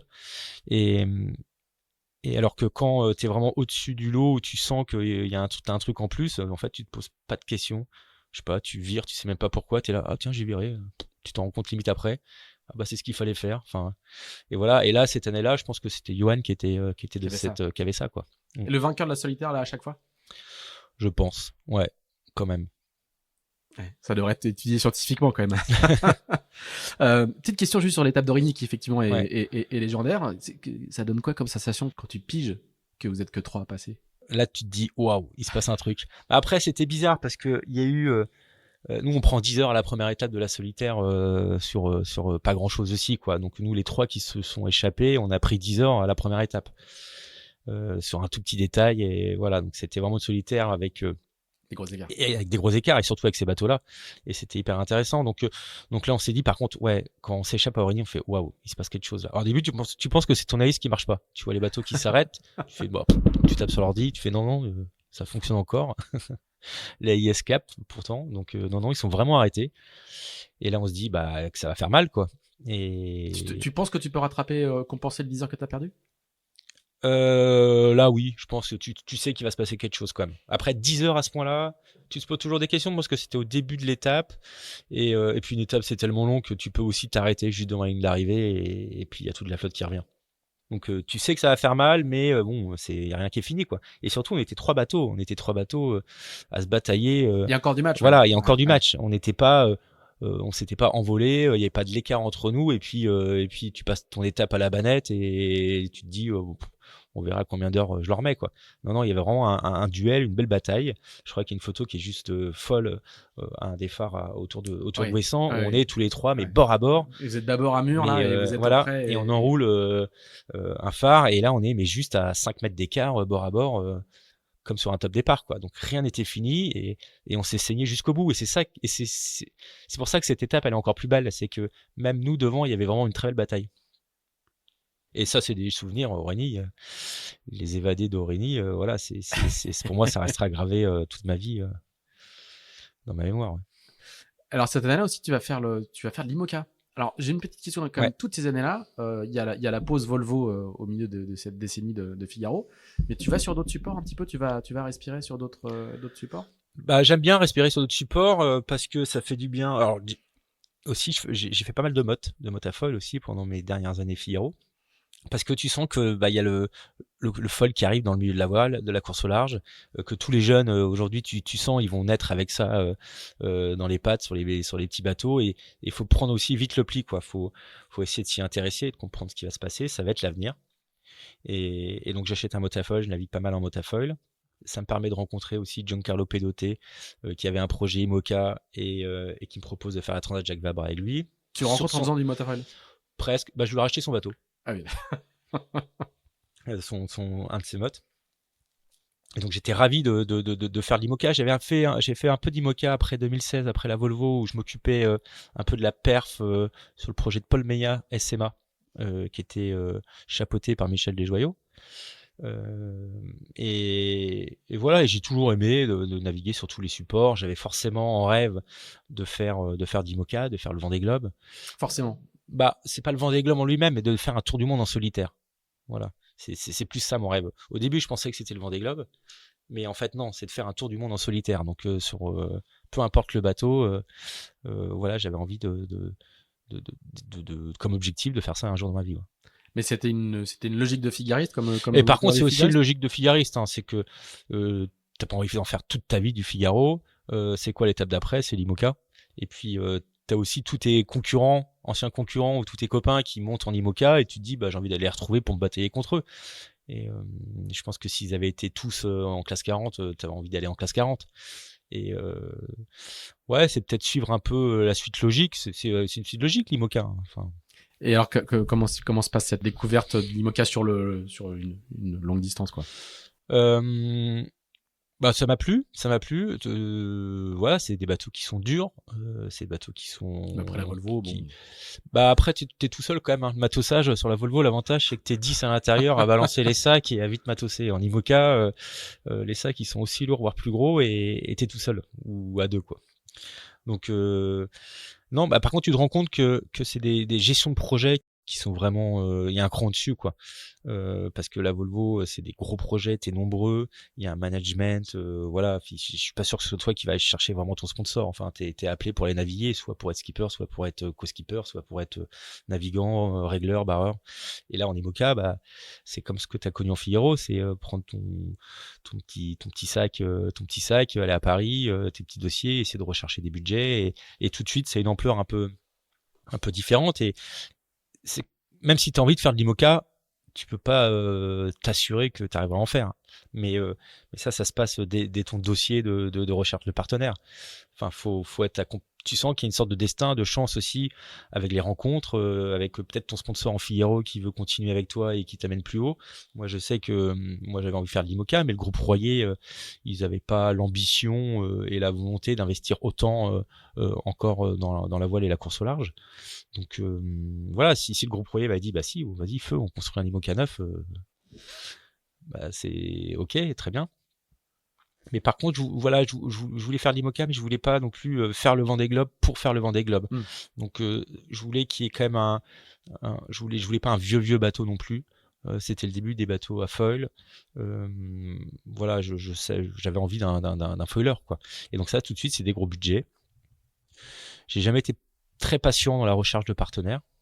Et puis au final, on te propose toujours aussi après le Figaro des plans pour naviguer sur une Jack Vabre avec un tel ou voilà et au lieu de refuser tous ces plans-là et de passer mon temps à Paris avec des dossiers et rechercher un partenaire pour faire Vendée Globe, je préférais continuer à naviguer, avoir la sensation de progresser et vélistiquement parlant d'être le meilleur possible, plutôt que d'arrêter la voile pendant 1 an et rechercher des sous et après revenir dans la voile avec un budget et un bateau. Je pense que j'ai envie juste aussi d'avoir la sensation que je progresse dans ce que j'aime, qui est la voile. Alors comment se fait la transition entre justement la fin du Figaro et la nouvelle aventure chez Actuel? Tu vas faire la même technique que d'habitude pour Actuel, tu vas... Oui, ouais, la même technique que d'habitude, c'est tu frappes à la porte d'Yves Le Bléveil, tu fais bonjour. À 20 ans comme à 35. Voilà, et tu dis voilà, j'ai vu que je serais intéressé de naviguer. Alors tu dis pour les convoyages, enfin pour tout et n'importe quoi. Je serais intéressé de naviguer sur ton gros trimaran. C'était le S3, Sodebo 3. L'ancien Sodebo. L'ancien Sodebo. Enfin, le deuxième ancien Sodebo. Voilà. Et il me dit bah oui, il y a une course en équipage, on va la faire en mixte. Il y aura Alex Pella, Yves et moi, Amélie Grassi, Amélie Grassi, oui je crois qu'elle était là, Amélie Rioux et Estelle Grec. Donc on a fait vraiment un équipage mixte 3-3, c'était parfait. Là on est à quelle année? Oh là là, c'était à 3-4 ans ça, je sais plus ce que c'est. Ouais. Moi, parce que je suis pas très bon dans les dates. J'ai un trou entre 2019 et 2021, c'est pour ça. 2021, ça devait être 2021. Hein. Et donc on m'a mis à la nave et puis voilà, ça a tout de suite bien matché avec Yves. Il dit oui, quoi. Il dit oui, et puis c'est lui qui a proposé après cette course-là et puis ça s'est super bien passé. Humainement, c'était génial. Voilà, on s'est bien entendu avec Yves. Voilà, donc chose faite. Je repars un peu dans les petites histoires. Et puis là, il vend ce bateau S3, il rachète Massif, et donc je vais refrapper au hangar d'Actuel. Et je suis bah voilà, avec ton nouveau bateau, si tu cherches du monde pour naviguer, je suis toujours là. Je suis toujours là. Et donc il me propose de faire la Transat Jacques Vabre. Donc là j'étais là, je m'attendais pas à ça. Je suis ah ouais super, ouais, c'est plutôt bien. Ça marche, d'accord. Voilà, après il fallait qu'il valide avec son sponsor et donc j'ai commencé à naviguer avec eux en tant qu'équipier. Et puis la Transat Jacques Vabre est arrivée et c'était moi qui a été choisi par le sponsor aussi parce que c'est aussi c'est un échange entre Yves et Samuel Toile. Enfin, voilà, chaque navigant pour les courses Transat Jacques Vabre, c'est validé avec Samuel. Oui, c'est ce qu'on sait pas forcément, c'est que souvent voilà. le sponsor a en fait, souvent soit un droit de regard, soit un droit d'intervention. En tant que navigant, tu donnes une liste de personnes avec qui tu aimerais bien naviguer, et puis le sponsor a le droit de choisir aussi dans ta liste, quoi, et à dire bah non, lui j'ai pas trop d'affinité. Si, lui, t'as raison, ça serait super. Parce qu'il n'y a pas que le côté sportif aussi, il y a aussi ce que la personne dégage et c'est hyper important pour une entreprise. Voilà, tu peux avoir le meilleur marin du monde, mais s'il tire tout le temps la gueule, en permanence, le sponsor il dira bah t'es bien mignon, mais lui en coéquipier sur les images, voilà, les collaborateurs du groupe, je sais qu'ils vont pas aimer. Et voilà, donc faut que ce soit des personnes qui matchent aussi avec les valeurs de l'entreprise. Et donc le choix est important. Tu passes cette orale là, quoi. Bah on dirait que je tire pas trop la gueule. Et donc je passe cette orale là et c'était génial. Et là tu arrives dans une structure qui est quand même grosse, un projet ultime, il y a quasiment presque une vingtaine de salariés qui travaillaient autour de ce bateau là, un bateau volant. Enfin c'était le début c'était assez récent quand même, tous ces ultimes volants alignés sur une ligne de départ. et c'était impressionnant. Et voilà, j'étais ravi d'avoir Yves en skipper parce qu'il a une expérience du multicoque qui est quand même énorme. Euh, c'est une très belle équipe, la team actuelle. Enfin, alors c'est bizarre de dire ça parce qu'aujourd'hui je suis skipper aux couleurs de team actuelle, mais enfin voilà, c'est une équipe qui est quand même fidèle. Il n'y a pas beaucoup de turnover dans la team. Tout le monde monte en compétences ensemble. Enfin, c'est vraiment une super équipe, quoi. Et je me sentais vite heureux d'être au sein de cette équipe. Enfin, je me sens à l'aise, je me sens heureux, et ça, c'est hyper important. Et quand tu t'embarques pour la Jacques Vabre, c'est un one shot dans l'esprit de tout le monde, ou peut-être pas dans le sien, mais Bah, dans le mien aussi. Alors, dans l'esprit des gens, tout le monde commence à dire oui, à tous les coups, Yves, il va vouloir passer la main. Je suis sûr, il pense à toi. Et moi, je ne pensais pas du tout à ça. Moi, je suis plus dans la logique. Enfin, j'avais pas d'arrière-pensée en voulant prendre la place d'Yves ou quoi que ce soit. Enfin, moi, j'étais juste équipier Transat Jacques Vabre. J'étais heureux d'être là. Et je me suis jamais dit. Ouais, pardon, la vie d'équipier aussi. Souvent, tu fais une Jacques Vabre et puis tu restes pas à tous les coups dans l'équipe. Enfin, oui, bah je pensais voilà, tu fais une Jacques Vabre. C'est des CDD, quoi. Voilà, exactement. Et puis après, bah tu peux continuer un peu à naviguer. Et puis la Jacques Vabre d'après, le skipper, il a peut-être envie de naviguer avec quelqu'un d'autre. Et ça, je l'avais en tête.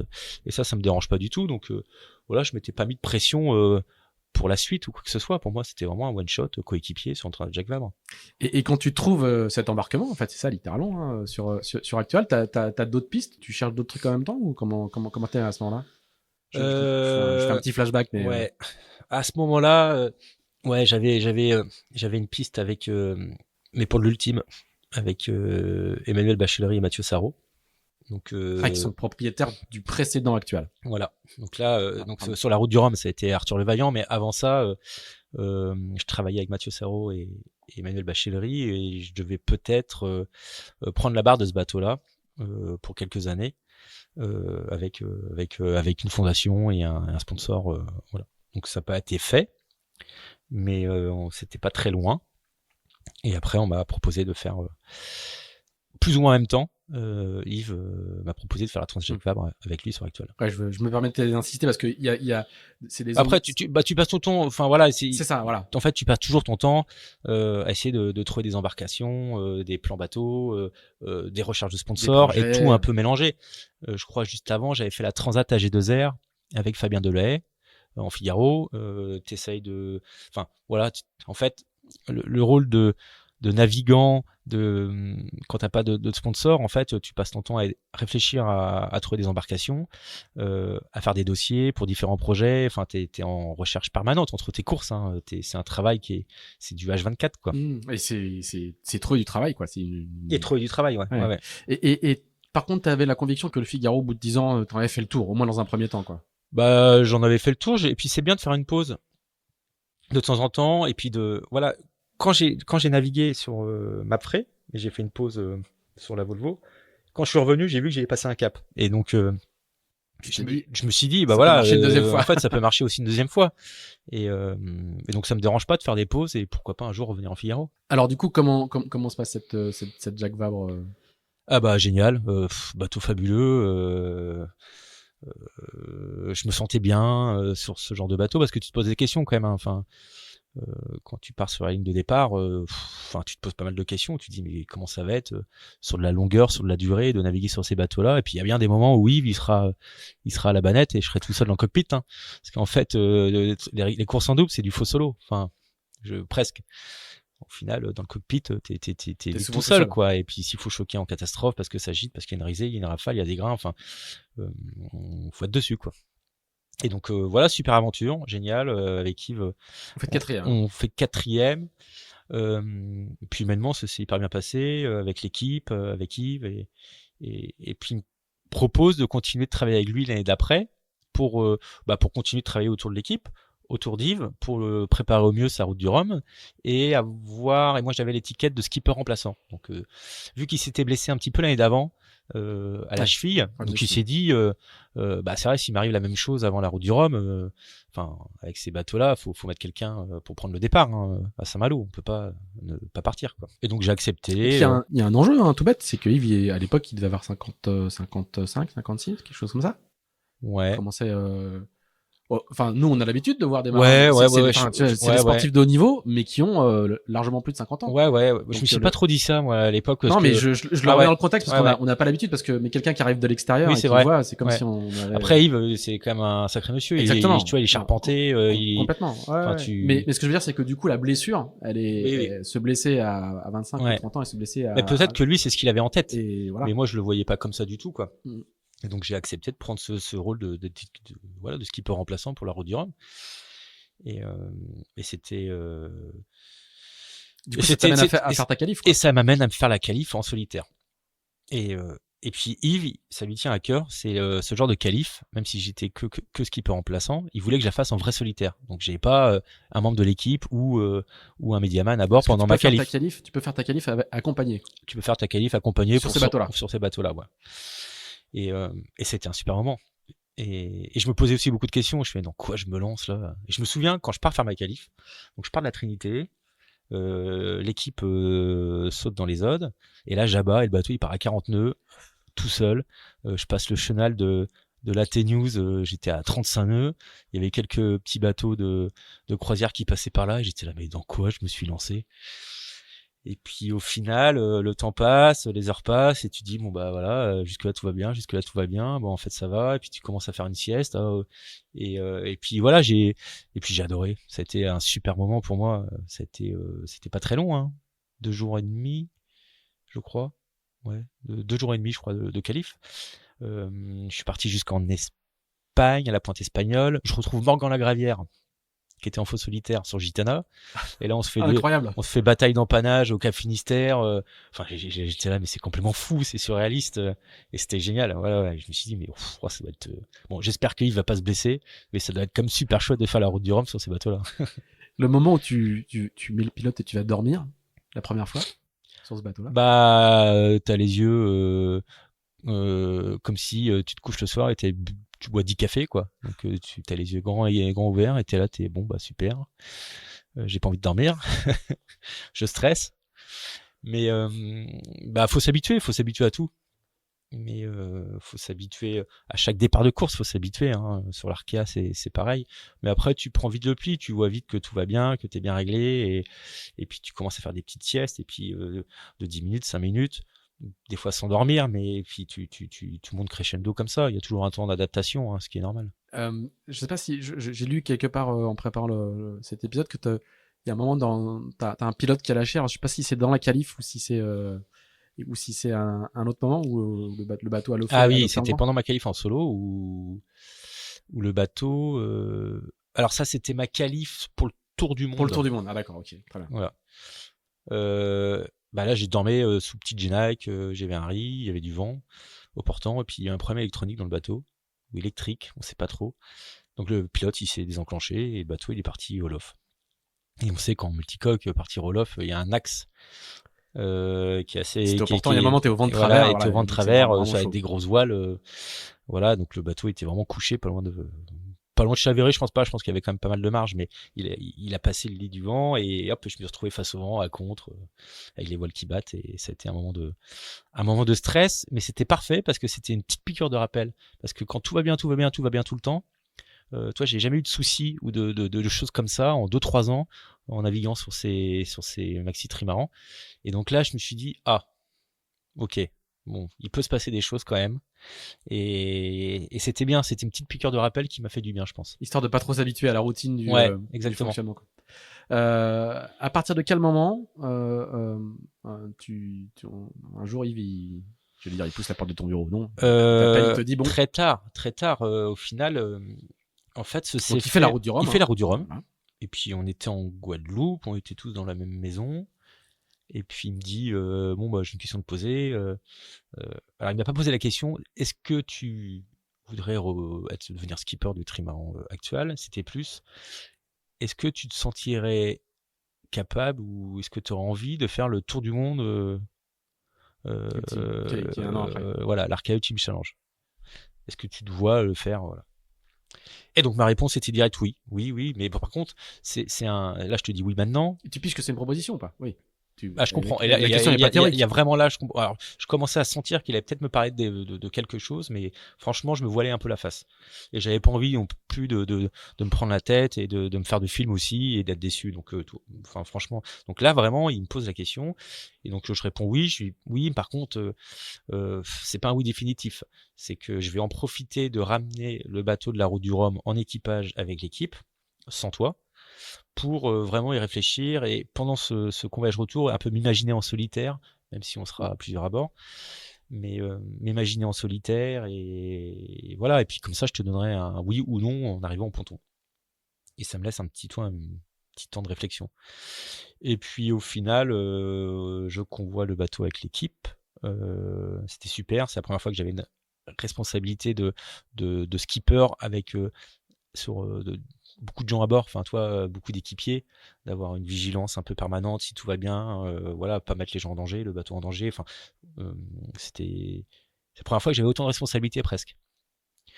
Et et puis à l'arrivée au ponton, je pense que je sais même pas si j'ai dit le mot oui, mais je pense qu'il m'a regardé, je l'ai regardé avec un grand sourire et il a vu que j'étais heureux et puis voilà, le oui, il était dit juste à travers le regard, quoi. Et quand il te le propose, t'as vraiment un doute ou tu t'es projeté un petit peu ou Bah non, quand il me propose, j'ai pas de doute de vouloir dire oui, mais il faut que ce soit un vrai oui, pas un oui d'imposteur ou un oui de profiteur. Euh, Tu pars là-dedans, tu récupères, tu deviens skipper du bateau, tu fais peut-être ton tour du monde, ou avant le tour du monde, tu dis bah non en fait j'aime pas, j'ai peur et je veux pas. Et il faut que ce soit un oui qui est voilà ça par rapport à l'équipe, par rapport au sponsor. Je voulais être sûr aussi que pour eux je sois la bonne personne. Et c'était vraiment important pour moi, pour Yves, pour Sandrine, pour l'équipe et pour le sponsor quoi, que mon oui soit un vrai oui, un oui réfléchi solide, et un oui solide. Et pour moi ça avait beaucoup d'importance. et tu comprends que c'est pas un one shot, que c'est la transmission du skippage du bateau. Bah oui, ouais. Après après ce qui est bien c'est que c'était une transmission où c'est pas Yves il te file le bateau, les clés du bateau Non. et l'équipe Il reste et il manager. part. Voilà, non, c'est ça. Et Ouais. il part faire je sais pas un tour du monde avec Sandrine, ils partent et tu le revois plus. Sandrine, c'est la compagne qui est Voilà. aussi la chef de projet. Et il y a la chef de projet voilà. de l'équipe qui a un très gros rôle au sein de l'équipe.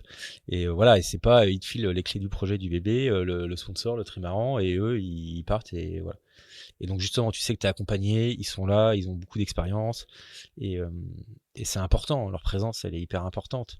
Et c'est aussi hyper rassurant pour un jeune comme moi quand on te donne les clés d'un trimaran comme ça. Et ça a été, je pense, ça a aidé aussi à dire oui. Je veux bien, enfin, je pense que la réponse, elle aurait peut-être pas été la même si c'était, est-ce que ça dit de reprendre les clés du bateau, mais nous on part. Je pense que là, tu réfléchis beaucoup plus, tu te poses beaucoup plus de questions et oui, il y a un étage team management qui est un petit peu différent. Donc du coup l'année 2023 bah tu rentres dans ce nouveau costume. Alors regarde ça monte parce qu'il a justement des obligations de relations publiques mais exactement. T'inquiète pas on est dans les temps, ne t'inquiète pas. Donc l'année dernière du coup hein, ouais. tu rentres dans ce nouveau costume de skipper. Tu vas choisir un co-skipper pour la Jacques Vabre ouais. parce que Yves fait la transmission et bah pas je crois qu'il est content en plus lui de lever le pied. Il dit ben non maintenant c'est ces histoires. Alors, vous devez discuter il navigue quand même. Il navigue quand même mais ce que je veux dire c'est que c'est une vraie transmission. Il navigue encore avec toi mais par exemple la Jacques Vabre tu vas la faire avec Chavagny. Je l'ai fait avec Thierry Chavagny. Après j'ai quand même posé la question à Yves. Bien sûr. Alors déjà par politesse, par aussi enfin Yves c'était celui qui avait fait quand même c'est de l'équipe. Il a fait une traversée de l'Atlantique en solitaire sur le bateau. Il avait fait la route du Rhum. Donc c'est celui qui a le plus d'expérience sur le bateau. Donc forcément tu poses aussi sportivement parlant la question à Yves. Et puis il me disait bah non si là justement je te file les clés du bateau, que j'arrête un peu de naviguer, c'est pas pour renaviguer en coéquipier. Le but c'est de gérer l'équipe, gérer le projet. Et je crois qu'il se passionne vraiment pour ça aujourd'hui.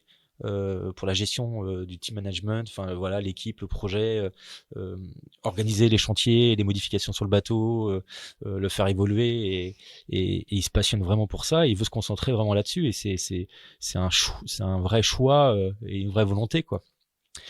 Et donc voilà, donc là j'embarque mon copain Thierry Chabani, avec qui j'avais jamais navigué en double ou même en équipage, j'avais jamais navigué avec lui sur un bateau, et c'était pour moi une évidence de prendre Thierry. Il avait beaucoup d'expérience sur les gros bateaux, en Norma, en maxi trimaran avec Spindrift, avec Banque Populaire. Il est détenteur du trophée Jules Verne, et voilà, c'était génial. C'était le retrouvaille en mode figariste contre des concurrents aussi figaristes sur les plus beaux bateaux de la planète, avec un départ de course qui était bien velu. Il y a des images assez impressionnantes et magnifiques du départ de cette Transat Jacques Vabre. Et voilà, et c'était vraiment le début pour moi de l'histoire actuelle avec l'étiquette de skipper, et c'est pas anodin, hein. Enfin, j'ai senti la différence entre tu fais la Transat Jacques Vabre en ultime en tant que skipper ou la Transat Jacques Vabre en ultime en tant que co-skipper. T'as une sorte de pression et de stress qui n'est pas là, qui est pas la même, et j'avais envie de la retrouver, justement, cette pression et ce stress d'étiquette de skipper, et elle m'avait manqué, en tout cas. C'est aussi pour ça que j'avais dit oui à Yves, c'est que j'avais envie de la retrouver, celle-là, en fait. Cette pression vis-à-vis aussi du partenaire, de l'équipe, voilà, tu te dois de beaucoup plus d'essayer de faire bien les choses, en tout cas. Avant ça, tu vas faire un demi-tour du monde, même plus qu'un demi-tour du monde, avec Biotherm. Avec Biotherm, un tour du monde, ouais, franchement, les 3/4. Ouais. Oui. Il y a que quelques étapes que j'ai pas fait en Atlantique au retour pour faire ma qualif en ultime.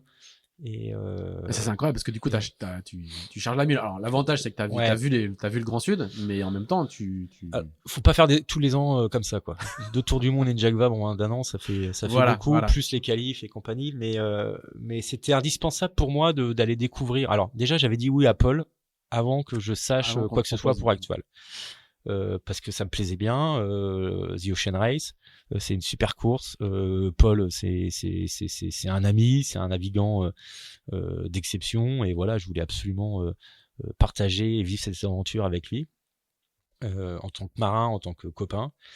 Et puis après, quand Actual est arrivé, et je savais que j'allais faire l'Archaea Ultime Challenge, c'était parfait. C'était, voilà, j'ai jamais fait de tour du monde en solitaire, j'avais pas été dans les mers du Sud, surtout. Avec Mapfre, je m'étais arrêté en Chine, donc j'avais pas été dans les mers du Sud. Et là, je prenais l'étiquette de navigateur, donc je faisais la nave pendant le tour du monde avec Biotherm. Et donc voilà, et ça, toi, de voir les phénomènes, faire la navigation là-dedans, et voir comment ça fonctionne. Un IMOCA aujourd'hui avec les folles, ça se comporte comme un multicoque, hein, donc t'es pas non plus très perdu. Et c'était un passage presque indispensable avant de faire l'Archaea. Je pense que ça m'a vraiment fait du bien de faire The Ocean Race avec Biotherm avant de faire l'Archaea Ultime Challenge. En termes de chronologie, hein, c'est que tu dis oui à Yves à l'arrivée de la Route du Rhum. Début d'année, ils annoncent que tu deviens skipper, début 23. Ils annoncent que tu deviens skipper d'Actual. Et quelques jours après, tu pars à Alicante, non? Ça fait ça à peu près? Alors, j'étais à Alicante. T'as pas pris le départ? T'as pas fait la première étape? J'étais à Alicante. J'étais à Alicante. J'étais en janvier. Voilà, en janvier, même fin décembre. Hein. Ouais. Je fais le réveillon là-bas.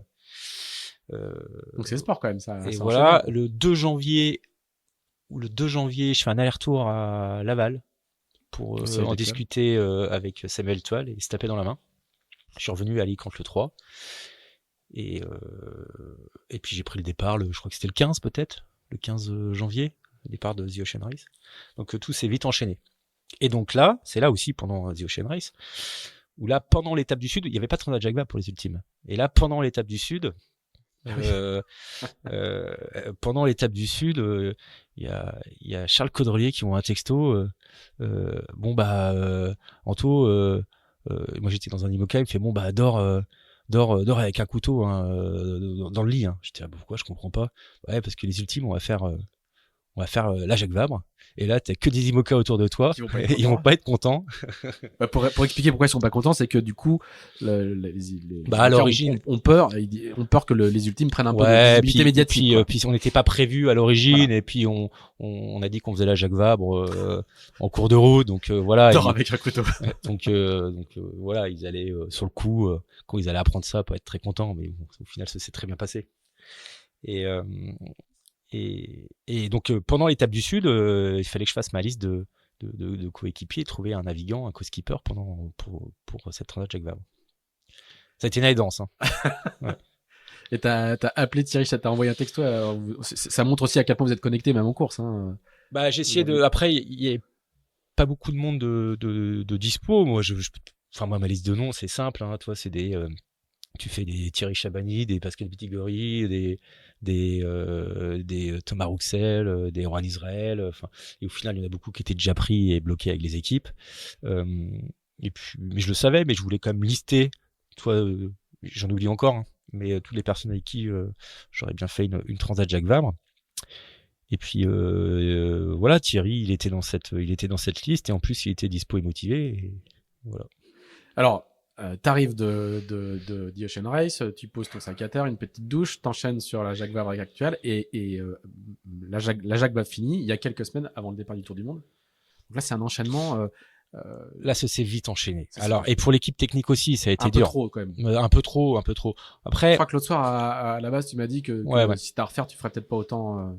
Je referais pas des années aussi chargées en navigation tous les ans, ça c'est sûr. Mais il fallait qu'on fasse aussi cette transat Jacques Vabre avant nos Tours du Monde. Je pense qu'on a défriché pas mal de problèmes qu'on aurait pu avoir sur le Tour du Monde en solitaire. Donc, en fait, tout était parfait. Il y a rien à regretter sur tout le calendrier qu'on a eu pour cela. Mais c'est sûr que c'était dense. Et dense pas que pour les navigants, dense pour les équipes aussi. Fallait convoyage retour, sortir les bateaux lourds. On avait 5 semaines ou 4 semaines de temps pour bricoler et réparer les bateaux avant de repartir à Brest. Et donc l'équipe elle s'est saignée, ils ont fait un super boulot. On est reparti, on avait un doute, on est reparti sur l'Arca Ultimate Challenge avec un bateau à 100% de ses capacités. Alors qu'on avait eu un pépin au niveau de la dérive, on savait pas si elle allait être bien réparée, si on allait avoir le temps de gérer tout ça. Après la Transat Jacques Vabre, on avait un foil qui avait été abîmé pendant le convoyage retour, et au final le bateau il est parti, il était dans sa meilleure configuration, mais toutes les équipes étaient bien épuisées et contentes de nous voir partir le 7 janvier à Brest. Et toi du coup dans cette séquence entre l'arrivée de la Jacques Vabre et le départ de l'Arca Ultimate Challenge, tu fais quoi? C'est une séquence de repos. J'ai pas fait le convoyage retour de Martinique. T'essayes de t'extraire du truc pour je suis resté. Après, je sais que ça va être dur. Hein. Tu vas taper plus de 50 jours de mer, pas beaucoup dormir et puis il faut retrouver aussi l'envie de renaviguer, l'envie de c'est toujours pareil, l'envie de se faire mal, l'envie de se battre et voilà. Et puis j'avais peu de temps pour retrouver cette envie-là. Je l'avais quand même, hein, mais pour que cette envie elle soit à 100% ou à 110%, je revenais d'un 3/4 d'un tour du monde, d'un tour du monde avec biotherme, de mes qualifs, d'une Jacques Vabre. Je crois que t'as fait, pardon, je te coupe, hein, mais t'as quitté biotherme pour aller faire ta qualif et t'es revenu ensuite sur biotherme, c'est ça? Hein ouais. Donc ça en dit long sur l'intensité. En gros, j'ai fait toutes les étapes. Alicante, Cap-Vert, Afrique du Sud, Brésil, qui était la plus grosse étape jamais faite sur The Ocean Race. Je suis rentré faire ma qualif et après j'ai fait 2 étapes dans le nord. Voilà. J'ai pas fait les traversées de l'Atlantique. J'ai pas fait les États-Unis, l'Europe. Mais j'ai fait autre chose à ce moment-là. Bon, en tout cas, c'est bien rythmé. On va donc et après c'est le fameux Arca Ultimate Challenge dont on a parlé au début de ce podcast. Si vous avez réussi à suivre tous nos flashbacks. Anto, une dernière question, c'est quoi la suite quand on a pas 40 ans, qu'on a fait un tour du monde en solitaire en ultime, 2 fois The Ocean Race, saison de Figaro, c'est quoi? La suite, c'est de refaire l'Arkea et puis de gagner, j'ai envie de dire. Essayer de refaire les courses en étant encore meilleur et avec encore plus d'objectifs de résultats. même sur toutes les courses à venir en ultime, c'est vrai que voilà, j'ai envie d'encore plus performer, j'ai envie de titiller le podium et les premières places dans les années à venir, et j'ai envie d'être encore plus acteur de cette classe et de ce circuit. Quand on a fait de l'ultime, on peut faire autre chose? On peut refaire du Figaro, et si demain, moi, l'ultime, par je sais pas quelle raison, ça s'arrête, je remonte un projet Figaro et je refais la solitaire, ou alors peut-être j'essaierai de faire de l'IMOCA, mais je pense que le Figaro c'est toujours un retour en arrière, mais c'est pas vraiment un retour en arrière, c'est toujours c'est de l'entretien, c'est de l'entretien, c'est de la formation continue. Et moi ça me dérangerait pas de refaire du Figaro sans aucun problème. Toujours avoir un petit Figaro sous le coude, comme disait exactement. Hein, ouais. Mais je comprenais pas pourquoi il disait ça à chaque fois, et aujourd'hui avec un peu plus de recul et de bouteille, et en fait je me rends compte que oui, il faut toujours avoir un petit Figaro sous le coude. C'est quoi le programme d'actuel? Il y a un trophée Jules Verne en fin d'année, ou ça fait pas de sens pour vous, ou... Ouais, alors nous on ferme pas la porte, mais en fait on va annoncer prochainement notre programme. Donc on fait les deux courses, les 24 heures ultimes et la Finistère Atlantique, donc une course qui va de Concarneau à Antibes, les courses de la classe. Et après il y a tout le monde qui rentre préparer les bateaux pour différents records, trophée Jules Verne. Je crois qu'il y a donc Sodebo, sûrement, non, je sais pas, SVR, et enfin il y a 3-4 bateaux qui il y a juste Bank Pop qui viennent de confirmer qu'ils le faisaient pas, parce qu'ils étaient trop occupés avec la femme parce que les autres équipes ont annoncé ou pas, c'est pour ça que j'ai pas envie de faire oui, de bêtises, mais non, mais c'est mais nous on ferme pas la porte, les autres font le Jules Verne, voilà, et on ferme pas la porte. Il y a d'autres records qui sont aussi très intéressants, mais en tout cas ce qui est sûr, c'est que ça va tourner autour du signe du record et de l'équipage pour la plupart des ultimes cet hiver. Ouais. Très bien. 11h02, on est pas mal. On est parfait. Hein, merci bien à toi. Tu vas pouvoir faire route et aller voir les clients actuels. Merci beaucoup, merci pour ton temps et pour ces. Alors, juste, je vais rappeler, hein, t'as pas 40 ans quand même, donc on a traité une carrière qui a commencé. T'as 20 ans, t'as 40 ans et t'as 20 ans de carrière, en gros, pour schématiser. Ouais, en gros, ouais. Voilà, ouais. C'est pas mal. C'est bien intense. Merci pour ton temps, et merci d'avoir pris le temps sous ce paysage magnifique. Il fait toujours aussi beau et la mer est toujours aussi bleue. C'est pas mal. Hein. Ouais. Je peux pas rester. Si faire un petit café pendant que tu fais la route. Bon. En tout cas, un grand merci à toi, et puis bonne relation publique à la Trinité. Salut. Salut.